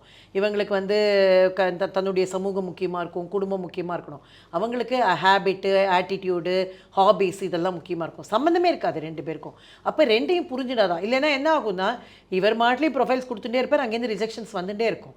அப்போ நம்ம புரிஞ்சுக்கலைன்னா அவங்களுடைய நேரமும் வேஸ்ட்டு, நம்ம நேரமும் வேஸ்ட்டு, புரிதல் இல்லாமல் எதையுமே பண்ண முடியாது. அதனால் எல்லாரையுமே அவர் வந்து பர்சனலாக மீட் பண்ணுவார். அதில் வந்து ரொம்ப ரொம்ப கிளியராக இருக்கார். அப்படி தான் அந்த எக்ஸ்க்ளூசிவ் மேட்ரிமோனி நடக்கிறது. ஸோ எக்ஸ்க்ளூசிவ் மேட்ரிமோனியில் டு அன் எக்ஸ்டென்ட் என்ன சொல்லுவோம்னா, இவங்கள நாங்கள் பார்த்துருக்கோம், இந்த ஃபேமிலியை நாங்கள் சந்திச்சிருக்கோம், இந்த ஃபேமிலி சில பேர் சொல்லுவாங்க நாங்கள் வந்து ஒரு இவ்வளோ கோடி ஒர்த்து, நாங்கள் இவ்வளோ பெரிய இண்டஸ்ட்ரி வச்சுருக்கோம் தான். விசிட்டே பண்ணிவிடுவார் சார். நிஜமாகவே இருக்கா, இண்டஸ்ட்ரீஸ் இருக்கா, இது இருக்கா அப்படிங்கிறத ஓரளவுக்கு விசிட் பண்ணி, இப்போ கோயம்புத்தூரில் இருக்குன்னா போய் நான் வரேன் ஒரு காஃபி சாப்பிட்றதுக்கு அங்கே வரேன்னு சொல்லி, டீ சாப்பிட்றதுக்கு அங்கே வரேன்னு சொல்லிட்டு போய் பார்த்துட்டு வந்துடுவார். அந்த அளவு வவுச் பண்ணுவோம். அதுக்கப்புறம் நீங்கள் விசாரிச்சுக்கணும் அப்படிங்கிறத அவங்கள்ட்ட ரொம்ப தெளிவாக சொல்கிறது. இதுக்கப்புறம் நீங்கள் தான் பார்த்துக்கணும் அப்படின்னு. அதனால் இது வந்து ரொம்ப ரொம்ப வாழ்க்கை சம்மந்தப்பட்ட ஒரு விஷயம். அதனால் பெற்றோர்களுக்கும் சரி இவங்களுக்கும் சரி ரொம்ப பெரிய பொறுப்பு இருக்குது. மணமகனை பற்றிய விவரங்களையும் மணமகளை பற்றிய விவரங்களையெல்லாம் உங்களுக்கு அவங்க தரும்போது அதனுடைய உண்மைத்தன்மையை பரிசோதித்து பார்க்குறதுக்கு நீங்கள் என்னெல்லாம் பண்ணுவீங்க? கல்யாண மாலை ஆன்லைன் அப்படிங்கிறதே வந்து ஆட்டோ ஆக்டிவேஷனுங்கிறது கிடையவே கிடையாது. அது மாட்டிலையும் ஆட்டோமேட்டிக்காக ப்ரொஃபைல் வரும், நம்ம ஆக்டிவேட் பண்ணிவிடுவோங்கிறது கிடையாது. ஃபஸ்ட்டு ஸ்டெப் அதுதான். நம்ம ஆஃபீஸ்லேருந்து கால் பண்ணி அவங்கள்ட்ட திரும்ப எல்லாத்தையும் விசாரிப்பாங்க. அவங்க எல்லாத்தையும் ஃபில்அப் பண்ணியிருப்பாங்க, இருந்தாலும் இவங்க திரும்ப ஒரு தடவை விசாரிப்பாங்க. என்ன சொன்னாலும் ஏதாவது தப்பு இருந்தால் அந்த இடத்துல தப்பு தெரிஞ்சு போயிடும். அவங்க வந்து பிஏ படிச்சிருக்காங்க, இல்லை என் பையன் பிஏ படிச்சிருக்காமான்னு அந்த அம்மா சொன்னாங்கன்னா தெரிஞ்சு போய்ட்டோம். அப்படி பண்ணுறதில்ல, 99% யாரும் பண்ணுறதில்ல. இருந்தாலும் நாங்கள் வந்து வெரிஃபை பண்ணி தான், அந்த ஆட்டோ ஆக்டிவேஷன் இல்லாமல் நாங்கள் மேனுவல் ஆக்டிவேஷன் தான். இன்றைக்கி எத்தனை 1000 ப்ரொஃபைலாக இருந்தாலும் மேனுவல் ஆக்டிவேஷன். இது நம்பர் 1. 2வது விஷயம் என்ன அப்படின்னாக்க, எங்கேருந்து தகவல்கள் வந்தது, இப்போ வந்து ஆதார் கார்டு, அப்புறம் வந்து இதெல்லாம் வாங்க ஆரம்பிச்சிருக்கோம். அப்புறம் ரெஃபரல் வாங்க ஆரம்பிச்சிருக்கோம். நீங்கள் 2 பேரோட ரெஃபரன்ஸ் கொடுக்கணும் அப்படின்னு வாங்க ஆரம்பிச்சிருக்கோம். இதெல்லாம் நம்ம பண்ணுறது, நம்ம சைடில் பண்ணுறது. பேரண்ட் சைடில் விசாரிக்கிறதுங்கிறத கண்டிப்பாக விசாரிக்கணும். இதெல்லாம் தான் நம்மளால் பண்ண முடியும். ரீமேரேஜில் ரொம்ப ரொம்ப தெளிவாக இருக்கும். அவங்களோடது கண்டிப்பாக இது வேணும், அந்த பேக் பேப்பர்ஸ் வேணும். ஏன்னா மியூச்சுவல் கன்சென்ட்னு வாங்கியிருப்பாங்க, அந்த பேக் பேப்பர்ஸில் பார்த்தா நிறைய கதைகள் இருக்கும். இருந்தாலும் அதை தெரிஞ்சுக்கணுங்கிறதுக்கு தான். இப்போ அந்த பேக் பேப்பர்ஸை பார்த்துட்டு அதுக்காக கல்யாணம் பண்ண மாட்டோம் அப்படிங்கிறது கிடையாது. இருந்தாலும் உண்மைத்தன்மை என்ன அப்படிங்கிறத தெரிஞ்சுக்கணுங்கிறதுல ரொம்ப பர்டிகுலராக இருக்கும். கடந்த 25 ஆண்டுகளாக மணமகங்களையும் பார்த்துக்கிட்டு இருக்கீங்க, மணமகள்களையும் பார்த்துக்கிட்டு இருக்கீங்க. அவங்களுடைய மனநிலையில் என்ன மாற்றம் இப்போ இருக்கிறதா நீங்கள் நினைக்கிறீங்க? அதாவது வரன் தேடுற அந்த பெண் பையனுக்கான ப்ரையாரிட்டிஸ் தான் முக்கியங்கிறது மாறி போயிடுது. முன்ன மாதிரி வந்து அப்பா அம்மா சொல்லுவாங்க, இவங்களும் பேசுவாங்க. ஒரு காலம் அப்படி இருந்தது 25 வருஷம் முன்னாடி. எங்கள் காலம் இன்னும் முன்னாடி காலமெல்லாம் அவங்க பார்த்தாங்க, நம்மள்ட்ட சொன்னாங்க, நம்ம கல்யாணம் பண்ணிட்டோங்கிறது ஒரு காலம் இருந்தது. அதுக்கு அடுத்த பீரியடில் எப்படி இருந்தது அப்படின்னாக்கா, 2ம் வேணும். அப்பா அம்மா பார்ப்பாங்க, பிள்ளைகள் வந்து பேசுவாங்க. அது ப்ரையாரிட்டி வந்து அப்பா அம்மாவுக்கு முக்கியமாக இருந்தது. இந்த காலகட்டத்தில் வந்து பிள்ளைகளோட தான் முதல் முக்கியம். அதை பெற்றோர்களுமே உணர்ந்திருக்காங்க. அதனால வந்து அவங்க பேசிட்டே இருப்பாங்க. இப்போ ரொம்ப பிடிச்சிருக்கும் 2 ஃபேமிலிக்கும். ஆனால் ரொம்ப நாள் பேசி ஒரு 6 மாதம் பேசின அப்புறம் பையனும் பெண்ணும் வேண்டாம் தான். No means no. அதுதான், வேற ஒன்றும் வழியே கிடையாது. அது பசங்களும் சொல்லிடுவாங்க, எங்கள்கிட்ட காரணம் கேட்கக்கூடாதுன்னு சொல்லுவாங்க. ஏன்னா அதில் வந்து ரொம்ப தெளிவாக இருக்காங்க பசங்க. ஏன்னா பசங்க வந்து ஒரு சின்ன சின்ன விஷயத்தில் வந்து வேண்டான்னு யோசிக்கிறாங்க.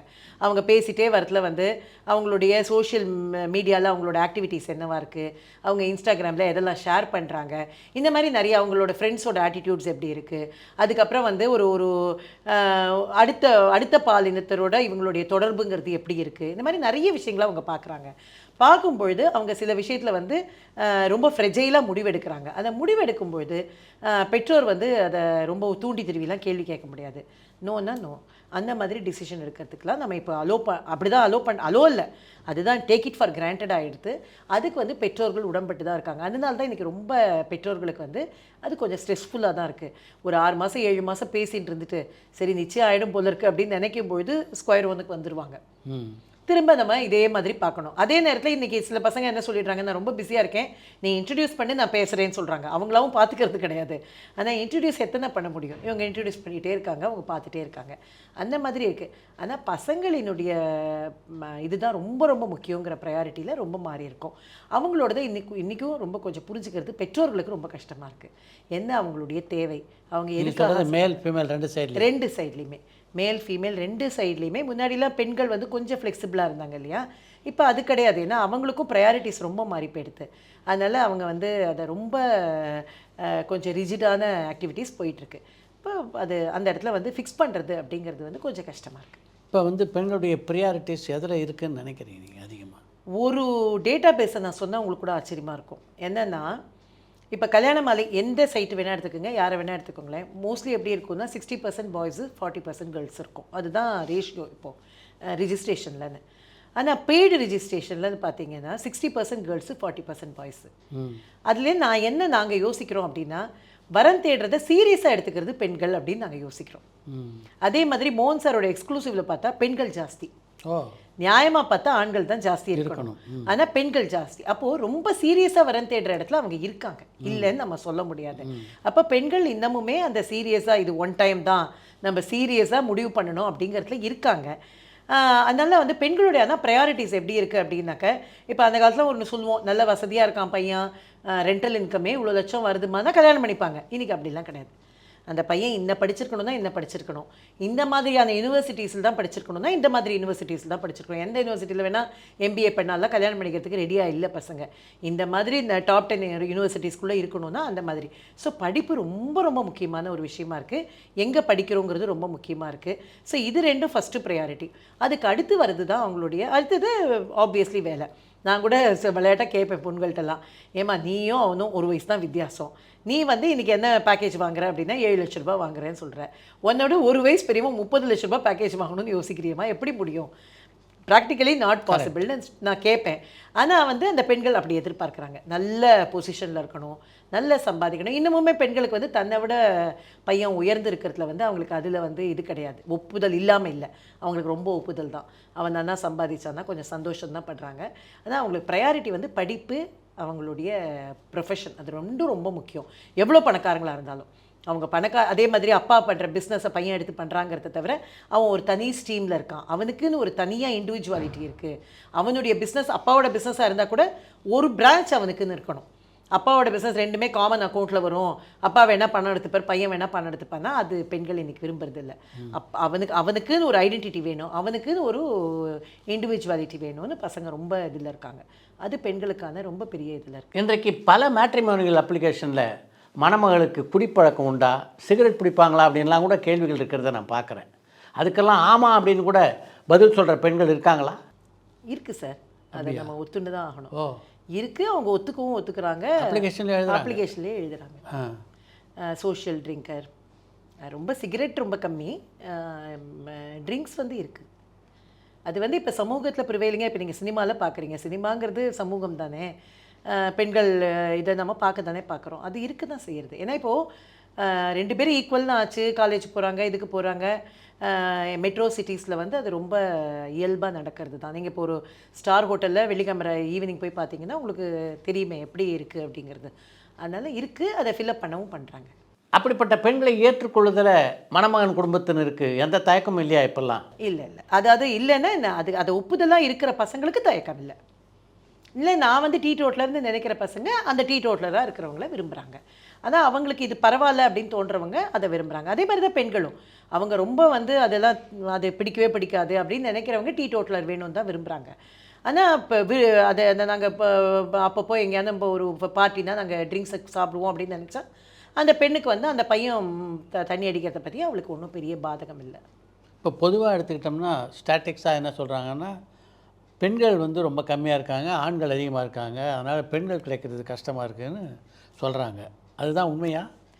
ஓரளவுக்கு உண்மை. அதாவது இப்போ டேட்டா பேஸ் படியே வந்து 93% தான் பெண்கள் அப்படிங்கிறது நம்மளுடைய இதுவே சென்சஸே சொல்கிறது. கம்யூனிட்டி வைஸ் பார்க்கும்போது சில கம்யூனிட்டிஸ்லாம் ரொம்பவே டிஃப்ரென்ஸ் இருக்குது. இப்போ சில கம்யூனிட்டிலாம் பார்த்தீங்கன்னா 85 86 பெண்கள் தான் இருக்காங்க 100 ஆண்களுக்கு. ஸோ முதல்லையே அதில் ஒரு 15 பேருக்கு கிடைக்காது அப்படிங்கிற மாதிரி வந்துடுது. அந்த மாதிரி சில சமூகங்களில் என்னன்னா பெண்கள் நிறைய படிச்சிடுறாங்க, ஆண்கள் வந்து நேராக பிஸ்னஸுக்கு போய்ட்றாங்க. சில சமூகங்கள் உங்களுக்கே தெரியும், நம்ம தென் மாவட்டங்கள்லாம் பார்த்தோன்னா ஆண்கள் வந்து நேராக பிஸ்னஸ்க்கு போயிடுவாங்க, ஒரு பிஏ படிச்சுட்டு பிஸ்னஸ் போயிடுவாங்க. பெண்கள் பார்த்திங்கன்னா நிறைய எம்பிஏ வரைக்கும் படிச்சிருவாங்க. அப்போ அந்த பெண்களுக்கு அந்த சமூகத்து ஆண்கள் கிடைக்கிறதில்ல. அப்போ அவங்க வெளியில் பார்க்க ஆரம்பிச்சிடுறாங்க. அவங்க காலேஜை படிக்கும்போதோ இல்லைன்னா உத்தியோகத்துலேயோ அவங்க வந்து அதை அப்போ இந்த ஆப்வியஸ்லி இந்த இடத்துல வந்து ஒரு பெரிய கேப் விழுது. ஸோ ஒரு அந்த ஏற்கனவே 15 பேர் கம்மி, இப்போ வெளி சமூகத்தில் கல்யாணம் பண்ணிட்டு ஒரு 20-30 பெண்கள் போயிட்டாங்கன்னா இன்னொரு 20-30 பெண்கள் கம்மி அப்படிங்கிற மாதிரி ஒரு பெரிய கேப் விழுந்திருக்கு. அதனால் உண்மையாகவே அது சில சமூகங்களில் அது ரொம்பவே கேப் இருக்க தான் செய்யுது. இந்த கல்யாணங்களை பொறுத்த வரைக்கும் எதுக்கெல்லாம் நீங்கள் பொறுப்பேற்றுக்குவீங்க, எதுக்கெல்லாம் பொறுப்பேற்றுக்க மாட்டீங்க? பொறுப்பு துறப்பு அப்படிங்கிறத வந்து எங்களால் முடிஞ்ச வரைக்கும் நாங்கள் சொல்கிற மாதிரி அந்த டேட்டா பேஸை வந்து நாங்கள் ரொம்ப கண்கொத்தி பாம்பாக தான் வாட்ச் பண்ணி தான் நம்ம பண்ணுறோம். ஆனால் எல்லா இடத்துலையும் நான் சொல்கிற மாதிரி எங்கே நல்லது இருக்கோ அந்த இடத்துல ஒரு சின்ன சின்ன தவறுகள் இருக்க தான் செய்யும். அதனால் பெற்றோர்கள் பார்க்க வேண்டியது அப்படிங்கிறது, அதனால் நம்மளோட இதுலேயே பொறுப்பு துறப்பு இருக்குது. இந்த தீர விசாரித்து திருமணத்தை முடிவு செய்த வேண்டியது என்பது பெற்றோர் காப்பாளர் பொறுப்புன்னு தான் நம்ம சன் டிவிலையும் போடுறோம், அப்படி தான் நம்மளோட ஃபார்ம்லேயும் சைன் வாங்குகிறோம், அப்படி தான் நம்மளோட ஆன்லைன்லேயும் இருக்குது. அந்த இடத்துல நம்ம வந்து அவங்களுடைய பொறுப்பு அப்படின்னு தான் கொடுக்குறோம். இந்த முடிவு பண்ணுறதுங்கிறது உங்கள் கையில் தான் இருக்குது. அது எக்ஸ்க்ளூசிவ் மேட்ரிமோனியாக இருந்தால் கூட. ஏன்னா நாங்கள் எல்லாத்தையும் நம்மளோட ஒரு பிளாட்ஃபார்ம், இந்த பிளாட்ஃபார்மில் இவங்க இருக்காங்கங்கிறத நாங்கள் அறிமுகப்படுத்துகிறோம். ஆனால் அவங்க சரியானவங்க தானா, அவங்க நம்ம குடும்பத்துக்கு ஏற்றவங்க தானா, அவங்களுக்கு முன்னாடி பின்னாடி கல்யாணம் ஆகாமல் இருக்கா, இதெல்லாம் பார்க்க வேண்டியதுங்கிறது பெற்றோர் காப்பாளர்கள் பொறுப்பு, பெண் பிள்ளைகளோட பொறுப்புன்னு தான் நாங்கள் சொல்கிறோம். இப்போ பல பேர் பார்த்திங்கன்னா கல்யாணம் ஃபிக்ஸ் ஆன பிறகு கூட துப்பறிவாளனை வச்சு அந்த பெண்ணு சரியான இருக்காங்களா, அவங்க சொன்னபடி நடந்துக்கிறாங்களா, ஒழுக்கமானவங்களான்னு சோதித்து பார்க்குறவங்களாம் இருக்காங்க. அதுக்கு ப்ரைவேட் டிடெக்டிவ்ஸ் அப்பாயின்ட் பண்ணுறவங்களாம் இருக்காங்க. அது போன்ற விஷயங்கள்லாம் உங்களுக்கு தெரிஞ்சு நடக்குமா, தெரியாமல் நடக்குமா? இல்லை, அந்த விஷயத்துக்குள்ளே நாங்கள் வரமாட்டோங்கிறத நாங்கள் சொல்லிடுறோம். ஏன்னா அந்த முன்னாடி சில 1-2 இடத்துல கேட்கவும் கேட்டாங்க அந்த மாதிரி பண்ண முடியுமான்னு. நாங்கள் முன்னாடியே போட்டாச்சு. அந்த ஏரியாவில் வந்து இதுக்கான இதை வந்து நம்ம எடுத்துக்க முடியாது, பொறுப்பை நம்ம எடுத்துக்க முடியாது. ஏன் துப்பறிவாளன் எவ்வளோ சரியானவருங்கிறது நமக்கு தெரியாது. அதனால அந்த விஷயத்தை நாங்கள் எடுத்துக்க முடியாது. அப்படி வேணால் நீங்கள் யாராவது ப்ரைவேட்டில் பண்ணுங்கள். நம்மளோட பேனலில் கூட யாருமே கிடையாது. எங்களோட பேனலில் வந்து இப்போது இவ்வளோ ஜுவல்லர்ஸ் இருக்காங்க, இவ்வளோ இது இருக்காங்கன்னா துப்பறிவாளன் யாருமே கிடையாது. ஏன் கிடையாதுன்னா இதுக்காக தான். ஏன்னா யாரையுமே நம்ம வவுச் பண்ண முடியாது. அதை மீறி நீங்கள் யாரையான ரொம்ப நம்புறீங்க அப்படின்னா இப்போ சில விஷயங்கள்லாம் நம்மளால் பண்ணவே முடியாது. இப்போது ஏதாவது ஒரு நல்ல ஜோசியரை சொல்லுங்கள் நாங்கள் போய் பண்ணுறோம் அப்படின்னு சொன்னாங்கன்னா அந்த ஜோசியர் உனக்கு நல்லவராக இருக்காரா இல்லையாங்கிறத நான் சொல்லவே முடியாது. அவர் ஒரு 1 லட்சம் ரூபாய்க்கு பரிகாரத்தை எழுதி கொடுத்தா நான் பொறுப்பு இல்லை அதுக்கு. அதனால் நம்ம என்ன சொல்கிறோம் அப்படின்னா, இதை பாரு நாங்கள் ஆன்லைனில் இது வச்சுருக்கோம், ஆரோஸ்கோப் மேட்சிங் வச்சுருக்கோம், அதை நாங்கள் பார்த்து கொடுக்குறோம். அதுக்கப்புறம் நீ பார்த்துக்கூடாது, நீ போய் உன் ஜோசியத்தை பார்த்துக்கணுமே தவிர நாங்கள் பொறுப்பு இல்லை.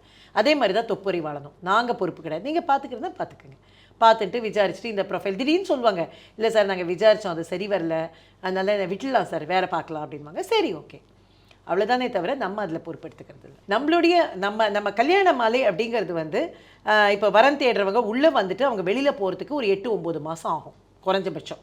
ஒரு வரன் உள்ளே வந்துட்டு ஆவரேஜாக சொல்கிறேன் 6 மாதத்துலேருந்து 8 மாதம் ஆகும். அப்போ அந்த 8 மாதமும் சில பிராண்ட் நம்மளோட ட்ராவல் பண்ணலான்னு விரும்புவாங்க. ஏன்னா அந்த பிராண்ட் ரீகால் இருந்துகிட்டே இருக்கும். அப்போ அது யாரெல்லாம் இருக்க முடியும்? ஜுவல்லரி இருப்பாங்க. இப்போ ஜிஆர்டிங்கிறது நம்மளோட டைட்டில் ஸ்பான்சர், அப்புறம் சென்னை சில்க்ஸ் இருக்காங்க, அப்புறம் கெரி இண்டேவ்னு இருக்காங்க, பட்டர்ஃப்ளைங்கிறது ஹோம் அப்ளையன்சஸ் தான். ஸோ இந்த மாதிரி பிராண்டில் ஆச்சி மசாலா இருக்காங்க, நேச்சுரல்ஸ் இருக்காங்க. ஏன்னா எல்லாரையும் அழகாக காமிக்க வேண்டியது ரொம்ப பொறுப்பு. டாக் பில்டர்ஸ் இருக்காங்க, அப்பாசாமி இருந்தாங்க. ஸோ இந்த மாதிரி பிராண்டெல்லாம் நம்மளோட தொடர்ந்து வருவாங்க. என்னென்னா கல்யாண மாலை என்ன பண்ணாலும் அவங்க இருப்பாங்க. நான் வீட்டில் ஒரு ஆஃபீஸில் ஒரு சின்ன ஈவெண்ட் பண்ணுறதுனாலும் அதுலேயும் இருப்பாங்க, சன் டிவி ப்ரோக்ராம்லேயும் இருப்பாங்க, ஆன்லைன்லேயும். ஸோ கல்யாண மாலையில் 5 பிளாட்ஃபார்ம் இருக்குது. ஒன்று சன் டிவி, ரெண்டாவது நாம் நடத்துகிற நிகழ்வுகள், எல்லா ஊர்கள்லையும் நாம் நடத்துகிற பெரிய சின்ன நிகழ்வுகள். அதில் ஒரு பெரிய நிகழ்வுங்கிறது தான் வெட்டிங் அண்ட் பியாண்ட், அது ஒரு நிகழ்வுகள் இருக்குது. ஸோ அந்த மாதிரி நிகழ்வுகள் நடத்துகிறோம். மூணாவது அப்படிங்கிறது வந்து நம்மளுடைய ஆன்லைன் பிளாட்ஃபார்ம், ஆன்லைனில் வெப்சைட்டு, அந்த மாதிரி விஷயங்கள். நாலாவது நம்மளுடைய சோஷியல் மீடியா, யூடியூபாக இருக்கட்டும், ஃபேஸ்புக்காக இருக்கட்டும், அது மாதிரி இருக்கட்டும். அடுத்தது நம்மளுடைய டிஜிட்டல் மீடியாங்கிறது ஆப்பு, அந்த மாதிரி விஷயங்கள். இப்போ இந்த மாதிரி நம்மளோட இணைஞ்சிருக்கிறவங்க எல்லாத்தையும் நீங்கள் எங்கே கல்யாண மாலைன்னு ஓப்பன் பண்ணி பார்த்தாலும் மோகன் சார் எங்கெல்லாம் பார்க்குறீங்களோ, மீரா எங்கெல்லாம் பார்க்குறீங்களோ, அங்கே இந்த பிராண்ட் எல்லாமும் பார்ப்பீங்க. அந்த மாதிரி பார்க்கறதுனால என்ன அப்படின்னாக்கா, நம்ம அந்த பிராண்டுக்கு ஒரு பெரிய விசிபிலிட்டியை நம்ம கொடுக்குறோம். அது மூலமாக நமக்கு கல்யாண மாலைக்கு ஒரு பெரிய பெனிஃபிட் என்ன அப்படின்னாக்கா, நல்ல நல்ல நிகழ்வுகள் நடத்த முடியுது, பெரிய பெரிய பிரம்மாண்டங்களை கொடுக்க முடியாது. இப்போது கம்யூனிட்டி மீட் அப்படின்னா, இப்போ ஒரு காலத்தில் என்ன பண்ணுவோம், ஒன்று நம்ம போய் விறுவிறுக்க உட்காந்துட்டு எல்லாரும் ஜாதகத்தை அம்மாலாம் பார்த்துருப்பீங்க. நீங்கள் போய் எங்கேயோ ஒரு கோவிலில் போய் மகாலிங்கபுரம் கோவிலில் போய் எழுதின்னு வந்தேன்டா அப்படின்னு சொல்லுவாங்க, எழுதின்னு வருவாங்க, விறுவிறுக்க போயிட்டு வருவாங்க. இன்றைக்கி ஒரு ஏசி ஹால் போட்டு 30க்கு 20ன்னு எல்இடி வால் போட்டு அவங்களுக்கு ப்ரொஃபைலை நம்ம இன்ட்ரடியூஸ் பண்ணுறோம். இந்த வசதி எப்படி வரும்னா பிராண்ட் சப்போர்ட் இருந்தால் தான் வரும். அந்த பிராண்ட் எதுக்கு வராங்கன்னா, வரன் தேடுறவங்க தான் அவங்களுக்கு பெரிய மார்க்கெட்டு. ஏன்னா பிக் பிஸ்னஸ் அப்படிங்கிறது கல்யாணங்கள் தான். அதனால் அவங்க நம்மளோட அதில் கூட இருக்காங்க. இது வந்து ஒரு வின்-வின் சிச்சுவேஷன். இதில் எத்தனை கிளாஸிஃபிகேஷன் இருக்குது கல்யாண மாலையில்? இல்லை, அதாவது அவங்க வந்து 3 விதமாக தேடலாம். அதாவது ஆன்லைனில் மட்டும் நானே பார்த்துக்கிறேன், எனக்கு வந்து யாரோட சப்போர்ட்டும் தேவையில்லை, எனக்கு எல்லாமே பார்த்துக்க தெரியும் அப்படிங்கிறவங்க ஆன்லைனில் மட்டும் இருப்பாங்க. ஈவன் ஃப்ரீயாக இருப்பாங்க, இல்லை பெய்டு ரெஜிஸ்ட்ரேஷனில் வருவாங்க, அது அவங்களுடைய சௌகரியம். இல்லை நான் எல்லா கம்யூனிட்டி மீட்டுக்கும் வரேன், நான் வந்தால் தான் எனக்கு கொஞ்சம் சரியாக வரும், ஆன்லைனும் வேணும் ஆஃப்லைனும் வேணுங்கிறது ஸ்மார்ட்னு இருக்குது. அதில் ஸ்மார்ட் 6, ஸ்மார்ட் 9 இருக்குது. 6னா 6 மந்த்ஸ், 9னா 9 மந்த்ஸு. அது என்னென்னா off and online hybrid method மாதிரி. அது ஆன்லைன்லேயும் வருவாங்க, ஆன்லைன்லேயும் பார்த்துப்பாங்க, 40-50 ப்ரொஃபைல் பார்த்துக்க முடியும். ஆஃப்லைன்லேயும் எவ்வளோ கம்யூனிட்டி மீட் நடத்தினாலும் அவங்க வந்து கலந்துக்க முடியும். அது அந்த மாதிரி மெத்தடு. மூணாவது தான் மோகன் சார் பண்ணுற எக்ஸ்க்ளூசிவ்ங்கிறது high end and celebrities profile. அந்த ப்ரொஃபைலுக்கு வந்து அவர் வாட்ச் பண்ணுவார் டு அன் எக்ஸ்டென்ட். இந்த ஃபேமிலியை நான் பார்த்தேன், இவங்களுக்கு 2 பசங்க, இவங்களுக்கு இந்த இண்டஸ்ட்ரி இருக்குது, இவங்க இந்த பிஸ்னஸ் பண்ணுறாங்க, நீங்கள் பார்க்கலாம், உங்களுக்கு ஏற்ற மாதிரி இருக்கும், அதுக்கப்புறம் நீங்கள் விசாரிச்சுக்கோங்க. ஒன்ஸ் நம்ம ஒரு இது கொடுத்துட்டோம்னா, தமிழ்நாடுங்கிறது ஒரு இது தானே சார், தமிழ்நாட்டோ இல்லைனா வேர்ல்டு வைடு இருக்கிற தமிழ் டயஸ்பரா இல்லைனா தெலுங்கு டயஸ்பரான்னு பார்த்தா இவ்வளோ தானே. எப்படி பார்த்தாலும் யாருக்கான தெரிஞ்சவங்களாக தான் இருப்பாங்க. அதனால் அவங்களும் விசாரிப்பாங்க. விசாரிச்சுட்டு சில சமயத்தில் பார்த்தா, சரி இந்த வரன் எனக்கு எப்படி தெரியாமல் போச்சு, எனக்கு இவ்வளோ வேண்டியவங்க அவங்க அப்படின்னு சொல்கிறவங்க நிறைய பேர் இருக்காங்க. பல திருமணங்கள் நிச்சயதார்த்தம் வரைக்கும் போய் அதுக்கு பின்னால் கூட தடைப்பட்டிருக்கு. அது போன்ற அனுபவங்கள்லாம் உங்களுக்கு உண்டா? வரும் சார். அதாவது அவங்கள பார்த்துட்டு அவங்களுக்கு ஒன்று அந்த பொண்ணு திடீர்னு மனசு மாறிடுவாங்க. நான் சொன்ன மாதிரி தான், பெண்களும் பையனும் கடைசி நிமிஷம் வரைக்கும் அவங்களுக்கு வந்து டைலமா இருக்க தான் செய்யறது. ஏதோ ஒரு விஷயத்தில் வந்து அவங்க மனசு மாறிட்டு வேண்டாம் அப்படின்னு யோசிக்கிறாங்க அப்படின்னாக்க, அது ரொம்ப கல்யாணம் வரைக்கும் தான். நான் நாளைக்கு கல்யாணம் அப்படி சொல்லலை, ஒரு மாதம் கல்யாணத்தை நிச்சயம் பண்ணிட்டு கூட வேண்டான்னு யோசிக்கிறவங்கெல்லாம் இருக்காங்க. இன்னையோட கால சூழல் அப்படி தான் இருக்குது. அதாவது முன்ன மாதிரி சார், கல்யாணத்தை நிச்சயம் பண்ணிட்டோம், எனக்கு அவமானம், கல்யாணத்தை நிறுத்தினா இல்லைன்னா இந்த பொண்ணுக்கு வேறு வரன் கிடைக்கும், அதெல்லாம் இன்னைக்கு கிடையாது. சோஷியல் ஸ்டிக்மாங்கிறது கிடையவே கிடையாது. அதனால் அவங்க என்ன நினைக்கிறாங்கன்னா, இல்லை நல்ல வேளை நான் இப்போ புரிஞ்சுட்டேன், இது சரிப்பட்டு வராது, thank God I have taken a good decision அப்படின்னு நினைக்கிறாங்க. அதை நம்மளும் அதை வந்து எடுத்துக்கிறோம். சரி, அவங்களுக்கு சரி வராது அப்படின்னாக்க கட்டாயமாக அவனுக்கு கம்பல் பண்ணி கல்யாணம் பண்ணி வைக்கிறதுங்கிறதோ, இல்லை நீ பண்ணலைன்னா அடுத்த பொண்ணுக்கு என் பொண்ணு கல்யாணம் ஆகாதுன்னு அப்பா மக்கள் வற்புறுத்துறதோ கிடையாது. அப்படி நின்றுதுன்னா அது நின்றுது தான், அடுத்த கல்யாணத்தை பார்க்குறோம். அந்த மாதிரி நின்றுனா உடனே திரும்ப பிள்ளையார் சொல்லி போட்டு ஆரம்பிக்க வேண்டியது தான். வேறு என்ன பண்ண முடியும்? அது என்னென்னா ஒர்க்கு ஜாஸ்தி, நம்மளுக்கும் ஒரு மைண்டில் ஸ்ட்ரெஸ் ஆகும். அதுவும் எக்ஸ்க்ளூசிவ்லலாம் அந்த மாதிரி சில நேரங்களில் நடந்தது அப்படின்னாக்க நமக்கு ஒரு ஸ்ட்ரெஸ் ஆகும், ஆஹா திரும்ப பார்க்கணுமா அப்படின்னு. பட் அது ரொம்ப கம்மி, பர்சன்டேஜ் வைஸ் ரொம்ப கம்மி. ஏன்னா அந்த மாதிரி மேட்ரிமோனியில் போகும்போது எல்லாருமே வந்து ஹை அண்ட் ப்ரொஃபைல் அப்படிங்கிறத அவங்க ரொம்ப தீர்மானம் பண்ணி நிறைய முறை பேசிட்டு தான் அவங்க கிட்டக்கு போவாங்க. அப்படி போயிட்டு அவங்க யோசிக்கிறாங்க அப்படின்னாக்கா கண்டிப்பாக நடந்துடும். அதை மீறி ஏதாவது நடந்ததுன்னா அது நல்லதுக்குன்னு நம்ம எடுத்துக்க வேண்டியது தான். திருமணத்தை பொறுத்த வரைக்கும் இன்றைக்கி பெண்களுடைய ப்ரியாரிட்டி என்னவா இருக்குது? படிப்பு தான் சார். படிப்பு அண்ட் அவங்களுடைய ஆட்டிடியூடு ரொம்ப முக்கியமாக கொடுக்குறது வந்து ஆட்டிடியூடு. அவங்க எப்படி பிஹேவ் பண்ணுறாங்க, அவங்களுக்கு எதெல்லாம் ப்ரையாரிட்டி இருக்குது லைஃப்பில், அது வந்து அவங்க அந்த விஷயத்துக்கு வந்து ரொம்ப முக்கியத்துவம் கொடுக்குறாங்க. ஒரு பொண்ணு வந்து இளையராஜா சாங் பிடிச்சாதான் அந்த பையனை தான் கல்யாணம் பண்ணிப்பேன் தான். அப்படிதான் தேடினா எங்க அமெரிக்காவில் அந்த பையனுக்கு இளையராஜாவை பிடிக்கணும், பிடிச்சா நான் கல்யாணம் பண்ணிக்கிறேன் அப்படின்னா. அந்த மாதிரி சில ஃபன்னி விஷயங்களும் இருக்கும். இத்தனைக்கும் என்னன்னா எங்கேயோ ஆக்ஸ்போர்டில் அது என்ன பெரிய பெரிய ஸ்டாம்ஃபர்டில் படித்த பொண்ணு தான். அந்த மாதிரி சில ரசிகனை தேடி கொடுத்தாச்சு கல்யாணம் ஆகி நல்லா இருக்காங்க. இப்போ அந்த மாதிரி இருக்கிறவங்க இருக்காங்க. ஆனால் வந்து ரொம்ப ஆட்டிடியூட் பார்ப்பாங்க. என்ன அவனுடைய மனப்பான்மை எப்படி இருக்குது, எதெல்லாம் விரும்புகிறானோ அப்படிங்கிறது ரொம்ப ரொம்ப முக்கியம். பொண்ணுக்கும் சரி ஆணுக்கும் சரி அது ரொம்ப முக்கியம். அவங்களுக்கு அந்த குவாலிட்டி டைம் ஸ்பெண்ட் பண்ணணும். அவங்களுக்கு வந்து ஒருத்தருக்கு ஒருத்தர் லவ் பண்ணுறாங்க இல்லை டேட் பண்ணுறாங்கன்னா அவங்களுக்கான குவாலிட்டியாக டைம் ஸ்பெண்ட் பண்ணணும். அவங்களுக்கான சில ப்ரையாரிட்டி கொடுக்கணும், கிஃப்ட் பண்ணணும். எனக்கு வந்து ரொம்ப ஹானஸ்ட்டாக இருக்கணும், ரொம்ப முக்கியம். இப்போ பெண்கள் வந்து ரொம்ப யோசிக்கிறது வந்து ஹானஸ்ட்டாக இருக்கணும். அவனுக்கு ஏதாவது பிரச்சனைகள்லாம் இருந்ததுன்னா கூட என்கிட்ட சொல்லணும் முன்னாடி. ஹானஸ்டி. அப்புறம் கல்யாணத்துக்கு அப்புறம் ரொம்ப ரொம்ப சின்சியராக இருக்கணும். அதுக்கப்புறம் வந்து லைஃப்பில் வந்து அதான் இந்த மாதிரி ஃபேமிலிக்காகவோ இதுக்காகவோ டைம் ஸ்பெண்ட் பண்ணணும். நீ தான் முக்கியம்னு அவங்கள உணர வைக்கணும். ஈக்குவலாக இருக்கணும். எந்த ஒர்க்காக இருந்தாலும் எதாக இருந்தாலும் பிரிச்சுட்டு செய்யணும். இதெல்லாம் ரொம்ப முக்கியமாக இருக்குது இந்த காலத்தில். அதெல்லாம் பண்ணக்கூடிய பையனாவோ இல்லை அந்த பொண்ணாவோ இருக்கணும். அது இல்லை அப்படின்னாக்கா அவங்களுக்கு அது சரிப்பட்டு வர மாட்டேங்கிறது. அது நடிக்கவும் கூடாது. என்ன அந்த பையனுக்கு அந்த குவாலிட்டி இல்லை, அவன் நடிக்கிறான், சரி எல்லாரும் அப்படி சொல்கிறாங்க அதுக்காக நான் நடிக்கிறேன்னா 2வது மீட்டிங்லேயே தெரிஞ்சு போய்டும். அது அப்போ சரிப்பட்டு வராது. அதில் 2வது 3வது மீட்டிங்லேயே விட்ரா ஆன கேசஸ்லாமும் இருக்கும். அதே மாதிரி ஆண்கள் வெளிப்படுத்துகிறாங்களா? நல்ல வெளிப்படுத்துகிறாங்க. 2-3 விஷயம் வந்து ஆண்கள் வந்து எதெல்லாம் சொல்ல முடியாது அப்படின்னாக்க, நீ இப்போ உன்னோட ட்ரெஸ்ஸை பற்றி கமெண்ட் அடிக்கக்கூடாது. அதெல்லாம் பெண்களுக்கு பிடிக்கிறது இல்லை. அதை பற்றி அவங்க கமெண்ட் அடித்தா, இப்போ முன்னாடிலாம் ஒரு 10 வருஷம் முன்னாடி எப்படி இருந்தது அப்படின்னாக்க, அந்த பையன் வந்து அது வரைக்கும் எல்லாத்தையும் கொஞ்சம் ஈஸி கோயிங்காக இருப்போம். கல்யாணம்னு வந்த உடனே நீ சுடிதார் போட்டுக்கலாமேன்னு கேட்போம். அது பெண்களுக்கும் சரி ஒரு பொசசிவாக இருக்காங்கங்கிறது பிடிச்சது. இன்றைக்கி அது கிடையாது. அந்த மாதிரி கமெண்ட்டே அடிக்கக்கூடாது. அதே மாதிரி ஜெண்டர் ஈக்குவாலிட்டிங்கிறது ரொம்ப ரொம்ப முக்கியம். ஈவன் சம்பிரதாயங்கள்லேயே, திருமண சம்பிரதாயங்கள்லேயே அவங்க வந்து ஜெண்டர் ஈக்குவாலிட்டி இல்லாத சம்பிரதாயங்களை வேண்டாங்கிறாங்க. இப்போ சில சமூகங்களில் என்ன இருக்கும், இப்போ காசி யாத்திரைன்னு வச்சுக்கோங்களேன், அதில் வந்து என்னென்னா மாப்பிள்ளை எப்படியான வந்து என் பொண்ணை கல்யாணம் பண்ணிக்க, அது பண்ணக்கூடாதுங்கிறாங்க. எதுக்கு ரிக்வெஸ்ட் பண்ணுற நீ எதுக்குப்பா பண்ணுற அதை போய் அப்படின்னு பெண்கள் கேட்குறாங்க. அந்த gender equality is very very important. இப்போ இந்த பெண் இதெல்லாம் விரும்புகிறா, இதுக்கேற்ற மாதிரி நடந்துக்கணும் அப்படின்ட்டு இந்த பையன் வரம் தேடுற பையன்கிட்ட சஜஸ்ட் பண்ணியிருக்கீங்களா நீங்கள்லாம்? இல்லை சார், அதை பண்ண மாட்டோம். இப்போ எப்படி வந்து நடுவர்கிட்ட தீர்ப்பு சொல்ல மாட்டோமோ அந்த மாதிரி தான் எந்த நடுவர்ட்டையுமே இதுதான் தீர்ப்பு வேணும்னு கேட்டது கிடையாது. அதே மாதிரி ஏன்னா ஓப்பன் மைண்டடாக 2 பேரும் மீட் பண்ணட்டும் தான் வைப்பேன். மோகன் சார் வந்து அதை சொல்லவே மாட்டார்.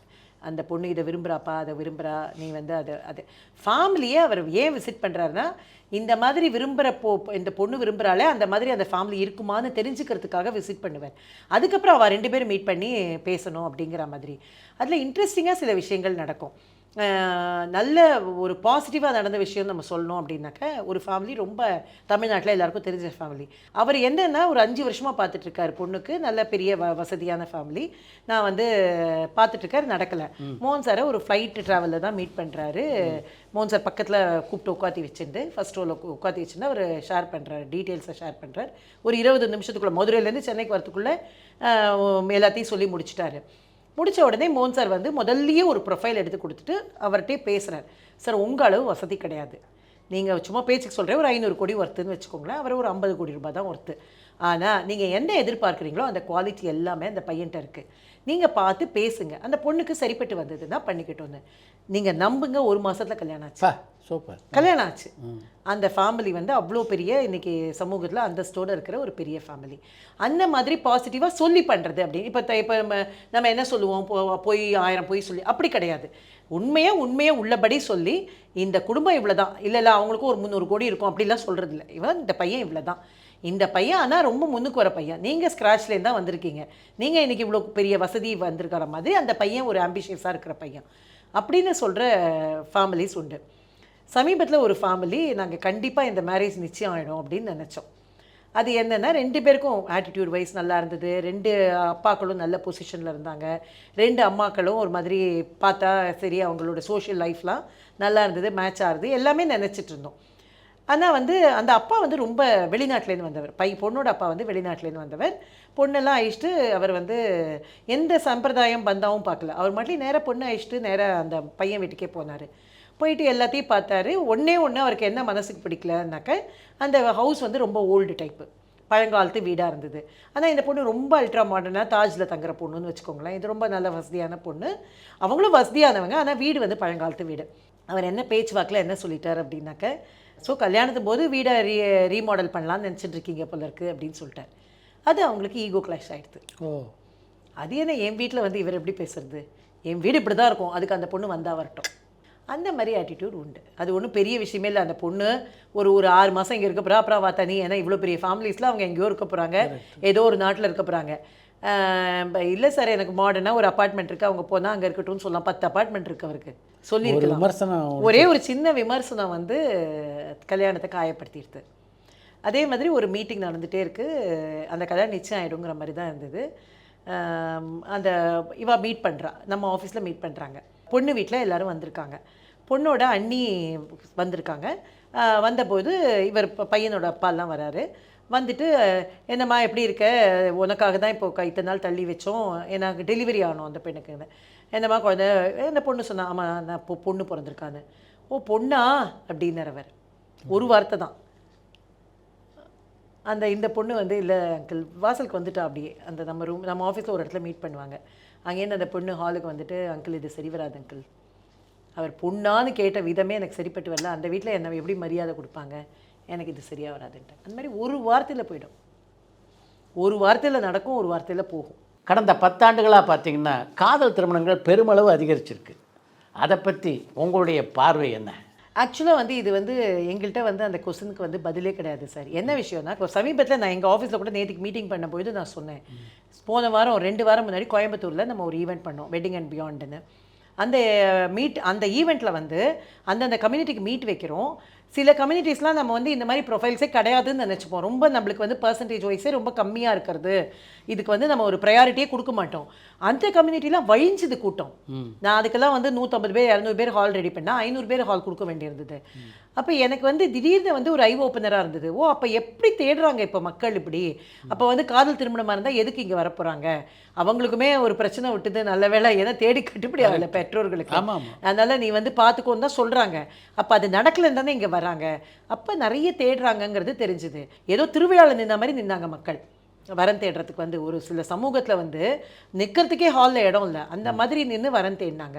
அப்போ வந்து இன்னும் பர்சன்டேஜ் வைஸ் வந்து அந்த காதல் திருமணம் ரொம்ப ஜாஸ்தியாக அந்த மாதிரி தெரியல. ஆக்சுவலாக இதுவும் இருக்குது, பெற்றோர் நிச்சயிக்கிற திருமணமும் இருக்குது. அது பெற்றோர் நிச்சயிக்கிற திருமணமாக இல்லாமல் அது வந்து பிள்ளைகள் பார்த்து பேசி நிச்சயிக்கிற திருமணமாக மாறி இருக்குது. மறுமணம் அப்படின்றது இப்போ எந்த பர்சன்டேஜ் இருக்குது?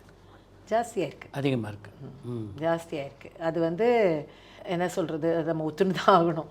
வருத்தமான சமாச்சாரமாக இருந்தால் கூட ஒத்துண்டு தான் ஆகணும். சில தவிர்க்க முடியாத காரணங்கள்னு நம்மள்கிட்ட வருது. அதாவது நம்ம கேட்கும்போதே கண்ணில் ஜலம் வந்துடும். அந்த மாதிரி அதாவது ஏமாந்து போன கதைகள் இருக்கும், பெண்ணும் சரி இல்லை பெண்ணை ஆணை வந்து பெண் ஏமாத்தின கதைகள், இதெல்லாம் நம்ம கேட்கும்போது நமக்கு ரொம்ப வருத்தமாக இருக்கும். என்ன இப்படி இல்லாமல் சமூகம் போயிட்டுருக்கு அப்படிங்கிற மாதிரி. அப்போ நம்மளே ஹானஸ்ட்டாக என்ன நினைக்கிறோம், நல்ல வேளை வெளில வந்துட்டாங்க அப்படிங்கிறது இருக்குது. ஆனால் சில இடங்களில் வந்து ரொம்ப ஜஸ்ட் லைக் தட் இது வந்து ரீமேரேஜ் பண்ணிடலாங்கிற மாதிரி வெளியில் வராங்க. அவள் வந்து சொன்ன நேரத்துக்கு வீட்டுக்கு வர்றது கிடையாது, வெளில போயிட்டே இருக்கான், இல்லைனா அவள் சமைக்கிறதுக்கு ஹெல்ப் பண்ணல, இல்லைனா இவள் சமைக்கிறது இல்லை, இந்த மாதிரி சில காரணங்களுக்கால அந்த ஒரு ஜெஸ்டேஷன் பீரியட்னு ஒன்று இருக்கு இல்லையா, ஒரு 2-3 இயர்ஸ், அந்த பீரியடில் தாண்டினா தான் அவங்களால ஜெயிக்க முடியும். அந்த பீரியட் தாண்டாமல் பிரேக் பண்ணுறவங்க இருக்காங்க. அதெல்லாம் ரொம்ப கஷ்டமாக இருக்குது. அதில் வந்து நம்மளால் எடுக்கவும் முடியல. ஏன்னா பார்த்தா ஒரு வயசு குழந்தை கையில் இருக்குது, அந்த குழந்தைய வச்சுன்னு அந்த பெண்ணுக்கு கல்யாணம் பண்ணுறது ரொம்ப பெரிய ஸ்ட்ரெயினாக இருக்குது. அப்போல்லாம் நாங்களே சொல்லுவோம், பேரண்ட்ஸ் ஆனால் இன்னும் கொஞ்சம் வந்து அவங்களுக்கு சொல்லியிருக்கணுமோ அப்படிங்கிறது தோன்றுறது எங்களுக்குமே. இப்போ மறுமணம் செய்து கொள்வதற்கு ஆண்களோ பெண்களோ தயாராக இருக்காங்க? தயாராக இருக்காங்க, அதில் எதுவுமே இது கிடையாது, தயாராக இருக்காங்க. கொஞ்சம் பயம் ஜாஸ்தி இருக்குது, ஆணுக்கும் சரி பெண்ணுக்கும் சரி. சரி முதல் திருமணம் மாதிரி ஆகிட்டா என்ன பண்ணுறது. அப்போ வந்து அவங்களுக்கு ஏற்கனவே முதல் திருமணத்துக்கே நிறைய ப்ரிகாஷன் எடுத்துருப்பாங்கன்னா இதில் வந்து அவங்களால முடிவே எடுக்க முடியாது. எது இருந்தாலும் அவங்களுக்கு ரீகால் ஆகுது. அவங்களுக்கு ஏதான ஒன்று பேசும்பொழுது அவங்க ஏதான ஒன்று சொன்னாங்கன்னா ஓ அந்த மாதிரி ஆகிடுமோ அப்படிங்கிற மாதிரி அவங்களால வந்து கிட்டத்தட்ட க்ளோஸாக போகிறாங்க. சரி கல்யாணமே நிச்சயம் ஆகிடும் நம்ம நினைக்கும் பொழுது, இல்லை சார் அந்த பொண்ணு சொன்னது எனக்கு கொஞ்சம் பயமாக இருக்குது, அந்த பொண்ணு எல்லாத்துக்கும் வந்து பதில் பேசுகிறா, ஸோ அவள் வந்து விட்டு கொடுத்துன்னு போவோன்னு தோணலை அப்படின்னு யோசிக்கிறாங்க. ஸோ அந்த மாதிரி அவங்களுக்கு பயம் வந்து ரொம்ப ஜாஸ்தி இருக்குது. அதனால் அவ்வளோ ஈஸியாக இல்லை நிச்சயம் பண்ணுறது. இந்த 25 வருடங்களில் பார்த்தீங்கன்னா நீங்கள் கல்யாணம் பண்ணி வச்சவங்களுடைய பிள்ளைகளுக்கே நீங்கள் கல்யாணம் பண்ணி வைக்கிற சூழ்நிலை கூட இப்போ ஏற்பட்டிருக்கும். அது மாதிரி சம்பவங்கள்லாம் சந்திச்சிருக்கீங்க? இப்போ நிறைய இடங்களில் நாங்கள் எங்கே போனாலும் சொல்கிறாங்க அதை பற்றி. சரி இன்னும் 1 வருஷத்தில் உங்கள்கிட்ட வரணும், ஒரு வருஷத்தில் உங்கள்கிட்ட வந்துடுவோம். ஏன்னா இப்போ 24 முடிஞ்சு 25வது வருஷம். ஸோ 23 வயசு இருக்கும் குழந்தைகளுக்கெல்லாம். அதனால் போகிற இடங்கள்லாம் சொல்கிறாங்க 1 or 2 இயர்ஸில். ஏன்னா இப்போ இந்த கல்யாண ஏஜ் கொஞ்சம் மாறி போயிருக்கு. முன்ன மாதிரி 22 23ன்னு இல்லை, பெண்களுக்கே ஒரு 26 27ன்னு ஆகிடுது, ஆண்களுக்கும் 28 29ன்னு ஆகிடுது. அதனால் அவங்கெல்லாம் சொல்கிறாங்க இன்னும் 2 வருஷத்தில் உங்கள்கிட்ட வந்துடுவோம் மேடம் அப்படின்னு சொல்கிறாங்க. அதுவே ரொம்ப கேட்குறதுக்கு நமக்கு ரொம்ப சந்தோஷமாக இருக்கும். எந்த ஊரில் போய் இறங்கினாலும் யாரான ஒருத்தர் வருவாங்க, அங்கேருந்து ஏர்போர்ட்டில் ஒரு குழந்தையோடு வருவாங்க, இல்லைன்னா யாரையா இஷ்டம் வருவாங்க, சார் கல்யாண மாலை கல்யாணம் சார் அப்படின்னு. அது ரொம்ப பெரிய சந்தோஷமாக இருக்கும். கல்யாண மாலை நிகழ்ச்சியை சென்னை மட்டும் இல்லாமல் பல ஊர்களில் நடத்தணுன்ற எண்ணம் உங்களுக்கு எப்போ தோணுச்சு? உடனே வந்துடுது சார். கல்யாண மாலையினுடைய முதல் ஷூட்டிங் வந்து சென்னையில் பண்ணினோம் இல்லையா, அடுத்து உடனே அது டெலிகாஸ்ட் ஆகிட்டே இருக்கும் பொழுதே அதுக்கு ஃபோர்லேருந்து நம்ம தேங்க் பண்ண வேண்டியது அரட்டை அரங்கம் சார், அதுதான் விசு சார் தான் சொல்லணும். அப்போ எல்லா ஊர்கள்லையும் அவங்க ஏற்பாடு பண்ணிட்டு இருந்தாங்க. சரி விசு சார் டைம் கிடைக்கலன்னா வேணால் கல்யாண மாலை கூப்பிடலாமா அப்படின்னு யோசிக்கிற லெவலில் ஒருத்தர் 2 பேர் கூப்பிட ஆரம்பித்தாங்க. ஆனால் அதுவும் கம்ப்ளீட்லி என்டையர்லி டிஃப்ரெண்ட் கான்செப்ட். அப்போ அவங்களுக்கு புரிய ஆரம்பிச்சிது. நம்மளும் அப்படி உடனே எடுப்பில் வந்து போக மாட்டோம். ஏன்னா அங்கே ஒரு 25 50 பேர், அது ஒரு ப்ராசஸே வேறு. அது இங்கே வந்து ப்ராசஸ் வேறு. அதனால் முதல்ல வந்து கோயம்புத்தூரில் அந்த மாதிரி 1 2 25வது வாரத்துக்கே வந்து ஹைதராபாத்தில் கூப்பிட்டாங்க. அதான் ஃபஸ்ட்டு தமிழ்நாட்டை விட்டு போனோம் அப்படிங்கிறது. உடனே தான் நான் சொன்ன கதை, திருப்பதி போனோம். அந்த மாதிரி போனோடனே நாங்கள் திருப்பதி போகிறதுக்கு முன்னாடி டெல்லியில் கூப்பிட்டாங்க. டெல்லி தான் எங்களுக்கு கிடச்ச ஒரு பெரிய பிரேக் த்ரூ. டெல்லியில் வந்து ஒரு 3000 4000 பேர் வச்சு சிரி ஃபோர்ட் ஆடிட்டோரியம், அந்த ஆடிட்டோரியத்தில் முதல்ல பண்ணோம். அதுக்கப்புறம் 4 5 தடவை இதில் தல்கோட்ரா ஆடிட்டோரியத்தில் பண்ணியிருக்கோம். மும்பையில் வந்து இதில் சண்முகானந்தா ஹாலு, அந்த மாதிரி பெரிய பெரிய ஹாலில் பண்ண ஆரம்பிக்கிறதுக்கான வாய்ப்புகள் வர ஆரம்பிச்சிருது. அதெல்லாம் பண்ணிகிட்டே இருக்கும்பொழுது வெளிநாடு வந்து முதல்ல சிங்கப்பூர். அது வந்து 2 இயர்ஸில் போயிட்டோம். கல்யாண மாலை ஆரம்பித்து 2002ல் சிங்கப்பூரில் முதல் ப்ரோக்ராம். சிங்கப்பூரில் பண்ணோடனே துபாயில் கூப்பிட்டாங்க. அந்த மாதிரி கிட்ட போக ஆரம்பித்தோம். அதுக்கப்புறம் தான் US UK எங்கள் நைரோபி வரைக்கும் எல்லா ஊர்களும் போயாச்சு. மிடில் ஈஸ்டில் நிறைய போயாச்சு, எல்லா ஊர்களும் போயாச்சு. பாசிட்டிவாக சொல்லணுன்னா நிறைய விஷயங்கள் இருக்குது. அமெரிக்காலெலாம் வந்து நாங்கள் பண்ண பொழுது ரொம்ப ஒரு பெரிய ஒரு வைப்ஸ் இருந்தது அப்படிங்கிறத நம்ம சொல்லலாம்.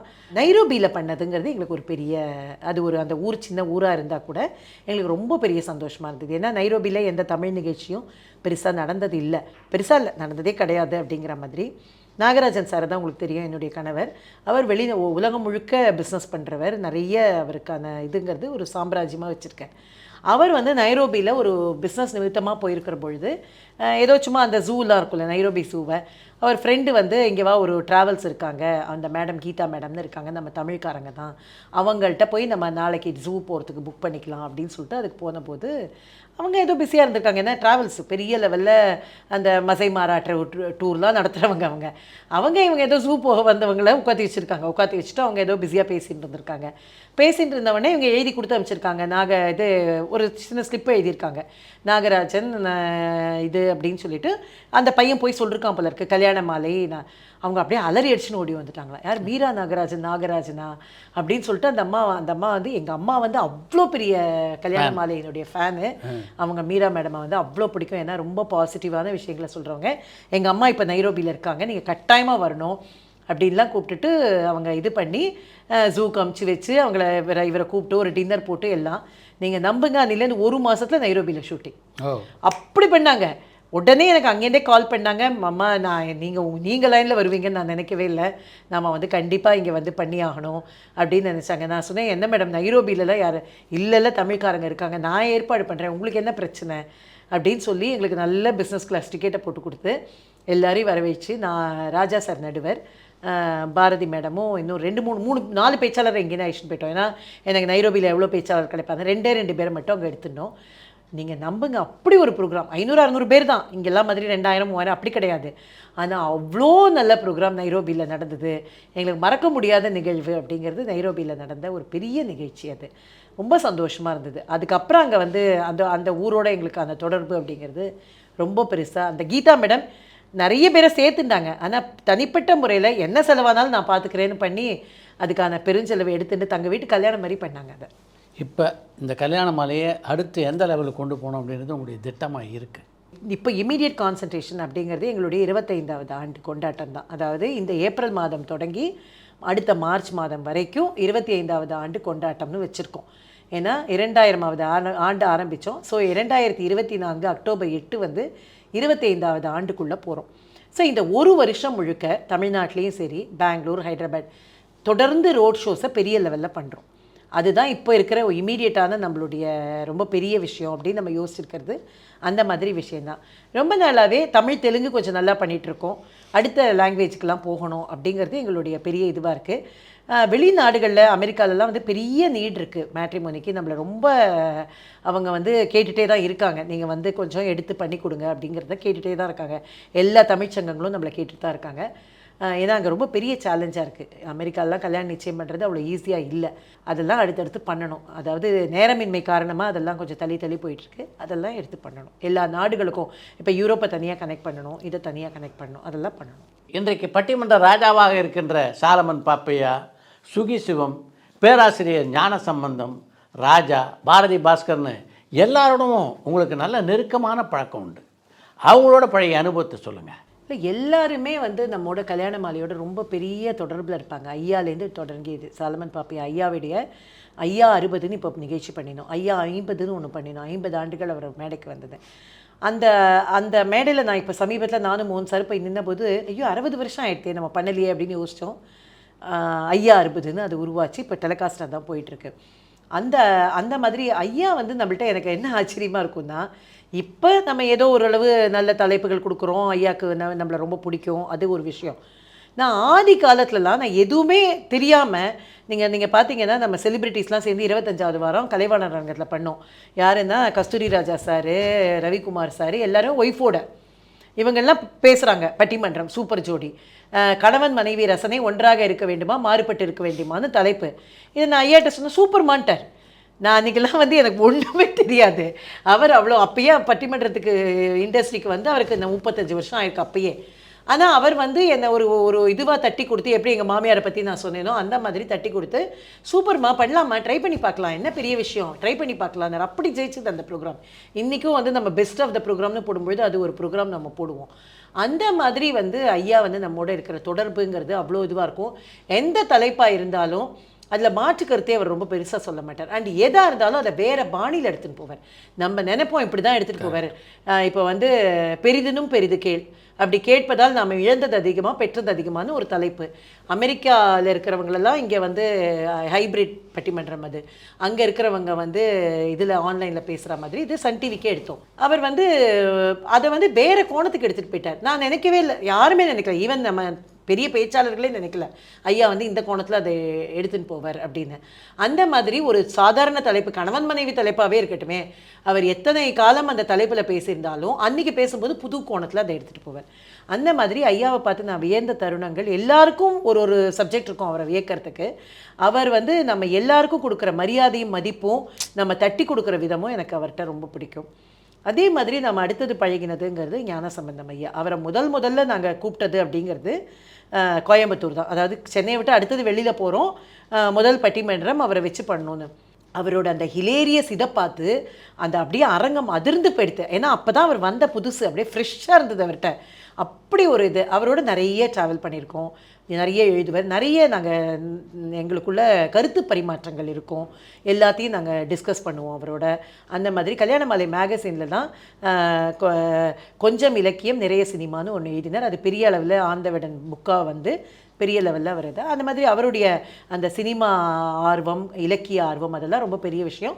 நிறைய அவருடைய இதுவும் நல்லா நிறைய கற்றுட்டுருக்கேன் அவர்கிட்டேருந்து. அடுத்தது சுகி சிவம் ஐயா. சுகி சிவம் ஐயாட்ட எனக்கு எப்போதுமே ஒரு டிஸ்டன்ஸ் தான். ஏன்னா எனக்கு கொஞ்சம் பயம் இருக்கும் அவர்கிட்ட. இவர்கிட்ட பேசுகிற அளவில் நான் அவர்கிட்ட பேசினது கிடையாது. ஆனால் வந்து தலைப்பெல்லாம் சொல்லும் பொழுது அவர் வந்து ரொம்ப சந்தோஷப்படுவார். பண்ணலாமா, ட்ரை பண்ணி பார்க்கலாம் அப்படின்னு. அந்த மாதிரி இது பண்ணும்பொழுது ஒரு தடவை வந்து என்ன ஆச்சுனாக்கா, ஒரு 15-20 வருஷம் இருக்கும்னு நினைக்கிறேன், பெங்களூரில் பட்டிமன்றம் சௌடையா ஹாலில் பெருசாக ஏற்பாடு பண்ணிட்டோம். அவர் சிங்கப்பூர் போயிட்டார். சிங்கப்பூர் போனபோது அவர்கிட்ட என்கிட்ட சொன்னார், நீங்கள் தலைப்பு ஏற்பாடு பண்ணிக்கோமா, நான் வந்து பார்த்துக்கிறேங்கிற மாதிரி அவர் சொல்லிட்டாரு. அப்போல்லாம் இவ்வளோ தொடர்பு கிடையாது, வாட்ஸ்அப்பு அது இதுன்னு ரொம்ப பெருசாக கிடையாது. அதனால் எனக்கு தொடர்பு கிடையாது அவரோட. ஒரு 15 நாள் 20 நாள் நான் இங்கே தலைப்பெல்லாம் கொடுத்து தகவல் தொழில்நுட்பத்தால் அப்படிங்கிற மாதிரி ஒரு தலைப்பு அன்றைக்கி கொடுத்துட்டு, அப்போ தான் தகவல் தொழில்நுட்பம் பெருசாக வந்துட்டு இருந்த காலம். நான் ரொம்ப பெருசாக நல்ல தலைப்பு கொடுத்துருக்கோன்னு நினச்சிட்டு பேச்சாளர்கள்லாம் ரெடி பண்ணிவிட்டேன். எல்லாம் ரெடியாக எடுத்து இவர் வந்தார். என்னம்மா தலைப்பு, இன்னும் 3 நாளில் ஷூட்டிங் இருக்குது, என்னம்மா தலைப்புன்னார். இந்த தலைப்புன்னு உடனே நீ நடுவர் தாம்மா மாற்றணுன்ட்டார். எனக்கு பகீர்னு ஆகிடுது. என்னடா அது இப்போ இது பண்ணியாச்சு, பப்ளிசிட்டி பண்ணியாச்சுன்னு. ஒரு நிமிஷம் தான் அதை சொல்லிவிட்டு சரிம்மா ட்ரை பண்ணி பார்ப்போம் என்ன பெருசா அப்படின்னார். அப்படி ஒரு உயரத்துக்கு எடுத்துன்னு போனார். தகவல் தொழில்நுட்பம்ங்கிறத வந்து அந்த அளவு உயரத்துக்கு எடுத்துன்னு போனவர். அவரை பற்றி நான் பேசும்பொழுது தான் அன்றைக்கி சொன்னேன்னா, வாரியார் சுவாமிகள் தான் சொல்லுவார், டேங்கர் ரொப்பிட்டோ தான் எந்த குழாயை வேணால் திறக்கலாம், அந்த மாதிரி நம்ம எல்லாத்தையும் ரொப்பிக்கணும்னு. அந்த மாதிரி இவர் வந்து டேங்கர் ரொப்பின்னு இருக்கார், இவர்கிட்ட எந்த குழாயை திறந்தால் நமக்கு என்ன பிரச்சனை அப்படின்னு. அது மாதிரி அவரோட வந்து அதே மாதிரி அவரை வந்து பட்டிமன்றம்ங்கிற இதுக்கு வந்து ரொம்ப பெருசாக அப்போல்லாம் வந்து அவர் தனி சொற்பொழிவில் தான் அவர் பெரிய இதில் இருந்தார். அப்போ கல்யாண மாலை வந்து நிறைய பட்டிமன்றங்களில் அவர் எடுத்துன்னு வந்து, சார் நீங்கள் சீரியஸ் பட்டிமன்றம் இல்லை சார், சிரிச்சுருந்தே இருக்கணும்னு மோகன் சார் எல்லாரோடையுமே கொஞ்சம் ஜாலியாக ஃப்ரெண்ட்லியாக பேசுவார். சார் நீங்கள் சிரித்தா எவ்வளோ அழகாக இருப்பீங்க தெரியுமானா, அவர் நல்லா சிரிக்க ஆரம்பித்து அது ரொம்ப நல்லா போக ஆரம்பிச்சுது இவர். அடுத்தது நம்முடைய ராஜா சாரும் பாரதி பாஸ்கர் மேடமும். பாரதி பாஸ்கருங்கிறது எனக்கு ரொம்ப தோழி அவங்க. அதனால் வந்து நாங்கள் எந்த தலைப்பாக இருந்தாலும் எந்த விஷயமா இருந்தாலும் டிஸ்கஸ் பண்ணுவோம். அது வந்து இர்ரெஸ்பெக்டிவ் ஆஃப் அது கல்யாண மாலை பட்டிமன்றமாக இருக்கலாம், கல்யாண மாலை பட்டிமன்றத்தில் அவங்க பேசுகிறதா இருக்கலாம், இல்லை அவங்க பேசாததாக இருக்கலாம், அதே மாதிரி சன் டிவி பட்டிமன்றமாக இருக்கலாம், எதாக இருந்தாலும் நாங்கள் டிஸ்கஸ் பண்ணுவோம். எங்களுக்குள்ளே அந்த ஒரு இது கிடையாது. சரி இது அதே மாதிரி அவங்க 2 பேரையும் பொறுத்த வரைக்கும் சரி நம்ம தான் 1000 மேடை கண்டிருக்கோமே அப்படி கிடையாது. எந்த மேடைக்கு வந்தாலும் அதுவும் எஸ்பெஷலி கல்யாண மாலை மேடைக்கு வரும்பொழுது அந்த புதிதாக சிந்திச்சுட்டு புதிதாக அன்றைக்கி தான் பேச வரா மாதிரி அவங்க யோசிச்சுன்னு வருவாங்க. அது வந்து கல்யாண மாலை மேடைகளை வந்து மிகப்பெரிய அளவில் ஜெயிச்சு கொடுத்துருக்கு. நாங்கள் இந்த இதில் அகமதாபாத்தில் காந்தி ஆசிரமம் பக்கத்தில் ஷூட்டிங், சத்தியம் அஹிம்சை இன்றைக்கு சாத்தியமாக சிரமமான தலைப்பு. அந்த தலைப்பெல்லாம் வந்து பேச்சாளர்கள்லாம் ரொம்ப மிரண்டு போயிட்டாங்க, இந்த தலைப்பெல்லாம் எப்படி அணுகிறது எப்படி பேசுறதுன்னு. ஆனால் ராஜா சாரும் பாரதியும் அப்படி ஒரு விஸ்வரூபமாக எடுத்தாங்க அதில். அந்த மாதிரி சாத்தியம் இல்லைன்னு ராஜா சார் பேசினபோது இதுதான் நியாயம்னு படுறோம், உண்மையாக இருக்கும், ஹானஸ்ட்டாக இருக்கும். அஹிம்சை சத்தியத்தின் மூலம் இன்றைக்கி எப்படி வெற்றி பெற முடியும், இன்றைக்குள்ள சூழ்நிலையில் நம்ம என்ன பண்ண முடியும்னு அதை அப்படியே மாற்றி திருப்பி போட்டு பாரதி பேசும்பொழுது ஏன் சாத்தியம் இல்லை, நினச்சா மாற்றிடலாம்ல அப்படின்னு தோணும். அந்த மாதிரியான வித்தியாசமான தலைப்புகளில் வெற்றி பெறத்துக்கான தைரியத்தையும் துணிச்சலையும் கொடுத்ததுங்கிறது அவங்களுடைய கான்ட்ரிபியூஷன் ரொம்ப பெருசாகல. அந்த மாதிரி எல்லா பேச்சாளர்களுமே கல்யாண மாலைக்கு வரும்பொழுது ரொம்ப பெரிய அளவில் தன்னை தயார்படுத்திட்டு வருவாங்க. இன்றைக்கு பேச்சரங்கத்தில் பேசக்கூடிய ஜெயந்தஸ்ரீ மேடமாக இருக்கட்டும், ஜெயந்தஸ்ரீ மேடம் முதல்ல கல்யாண மாலை பட்டிமன்றத்தில் தான் பேசினாங்க. அது வந்து அப்போ அது சொல்லுவாங்க, எனக்கு இப்போ என்கிட்ட பாஸ்போர்ட் கூட கிடையாது அப்படின்னுவாங்க. இன்றைக்கி வந்து அவங்க வெளிநாட்டிலே இருக்காங்க. அந்த மாதிரி 50 தான் அவங்க முதல்ல பேசினாங்க. சென்றுடுவே ரெட்டிதிக்கும், சென்றதனால் நாம் இழந்தது அதிகமாக பெற்றது அதிகமாக அப்படிங்கிறது தான் தலைப்பு. அவங்க அந்த இழந்தது அதிகம்னு பேசினபொழுது அப்படியே ஸ்டில் ஆகிடுது ஆடிட்டோரியம். அப்போ அந்த காலத்தில் முதல்ல யூடியூப்லாம் ஆரம்பித்த இதில் 3 லட்சம் பார்வையாளர்களோட போன ப்ரோக்ராம் அது. அந்த காலத்தில் நான் சொல்கிறேன். அப்படி வந்து அதை ஒரு பெரிய இதுக்கு எடுத்துகிட்டு போவாங்க. சுஜித் இப்போ இன்ஃபோஸ் இது மாற்றம் சுஜித் அவங்களுக்கும் கல்யாண மாலை கொடுத்துருக்கிற வாய்ப்பு வந்து ரொம்ப பெருசு. ஏன்னா அவங்களுடைய அந்த சோஷியல் ஃபோரம் இருக்குது இல்லையா, டாக்டர் சிவராமனாக இருக்கட்டும், சிவராமன் சொல்வார் கல்யாண மாலையினால இன்றைக்கி நான் கனடாவில் இருக்கேன் அப்படின்னு அவர் சொல்லுவார், விளையாட்டாக சொல்லுவார். அவருடைய தனிப்பட்ட குணம், அவருடைய தனிப்பட்ட அறிவும் இதுவும் ரொம்ப பெருசு. இருந்தாலும் முதல்ல பேச்சு மேடைக்கு கொண்டதுங்கிறது கல்யாண மாலை. அது வரைக்கும் வந்து அவர் வந்து இதில் 6ஆம் திணைன்னு எழுதிட்டு இருந்தார். அதை படிச்சுட்டு தான் நான் வந்து அவரை கூப்பிட்டேன், கல்யாண மாலை மேடையில் வந்து நீங்கள் பேசுங்கன்னு. ஆனால் வந்து ஒரு ரிஸ்க் எடுத்து தான் கூப்பிடுவோம், ஏன்னா அவங்க எழுதுறது நல்லாயிருக்கும், பட் பேசுறது எப்படி இருக்குங்கிறது நமக்கு தெரியாது. ஆனால் இன்றைக்கு வந்து ஒரு பெரிய இது எடுத்திருக்கிறது அப்படிங்கிறது அவருடையது. அந்த மாதிரி கல்யாண மாலை வந்து நிறைய பேருக்கான கதவுகளை வந்து திறந்து விட்டுருக்கு. அது வந்து அது கிடைச்ச வாய்ப்புன்னு தான் நம்ம சொல்லணும். சன் டிவி நம்ம கொடுத்துருக்கிற வாய்ப்பு அண்ட் அதை அவங்க பயன்படுத்திக்கிற விதம். திரைக்கலைஞர்களை இந்த பட்டிமன்றத்தில் பயன்படுத்தணும்னு எப்போ தோணுச்சு உங்களுக்கு? எல்லாரையும் பயன்படுத்தணும்னு ஆசைப்பட்டோம் சார். ஒரு மியூசிக் ப்ரோக்ராம் பண்ணோம் அப்படின்னு ஆசைப்பட்டோம். அது மாதிரி பண்ணினோம். கங்கை அமரன் சாரை வச்சு கம்ப்ளீட் மியூசிக் ஒன்று பண்ணினோம். அது இன்றைக்கி பார்த்தீங்கன்னா யூடியூப்பில் வந்து 3 மில்லியன் வியூஸ் 4 மில்லியன் இன்றைக்கி நல்லா போயிட்டுருக்கு. ஏன்னா அந்த காலத்தில் எடுத்தது. அப்போ வந்து துள்ளல் இசையா மெல்லிசையா அப்படின்னு ஒரு ப்ரோக்ராம் போட்டு 6 பேர் பாடகர்கள் தான் பாடி பேசுவாங்கன்னு பண்ணிட்டு அந்த மாதிரிலாம் பண்ணி கொஞ்சம் வித்தியாசமாக கொடுக்கணும் அப்படிங்கிற மாதிரி நாங்கள் ஆசைப்பட்டோம். அது ஒரு 200-300வது எபிசோட் கிட்ட ஆசைப்பட்டோம்னு வச்சுக்கோங்களேன். அப்படி பண்ண பொழுது திடீர்னு ஒரு நாளைக்கு என்ன தோணித்து அப்படின்னாக்க ஒரு சின்ன வித்தியாசமான தலைப்பு பண்ணலாம் அப்படின்னு பண்ணபொழுது மாதவன் சாரை கூப்பிட்டு பண்ணினோம். இதே தகவல் தொழில்நுட்பம் படி தான் இது ஐடி துறை வந்து இன்றைக்கி சவாலாக சந்தோஷமாங்கிற மாதிரி ஒரு தலைப்பு. நீங்கள் அன்றைக்கி யோசிச்சு பாருங்கள், ராஜா சாரும் பாரதி மேடம் நான் ரிக்வெஸ்ட் பண்ணேன், நம்ம பொதுவாக என்ன பண்ணுவோம் அப்படின்னாக்க இவங்கெல்லாம் என்ன பண்ணுவாங்க, காலேஜில் போய் பசங்களை தான் சூஸ் பண்ணின்னு வருவாங்க, வேலைக்கு எடுத்துகிட்டு வருவாங்க, இது பண்ணுவாங்க. ஆனால் நாங்கள் என்ன பண்ணோம்னாக்க எல்லா ஐடி ஆஃபீஸ்லேயும் போய் சூஸ் பண்ணின்னு வந்தோம் பேச்சாளர்களை சூஸ் பண்ணிட்டு வந்து பேச வச்சுட்டோம். அதுக்கு இவா 2 பேரும் சம்மப்பு. யார்? ராஜா சாரும் பாரதியும் சம்மப்பு. நடுவர் வந்து நடிகர் மாதவன். ராஜா சாரும் பாரதி மேடமும் அதுக்கு ரொம்ப பெருந்தன்மையாக வந்தாங்க. அது ஒரு நல்ல விஷயம். ஏன்னா நாங்கள் பட்டிமன்ற ஐயா தலைமை அப்படி யோசிக்கல, அவங்க வந்தாங்க.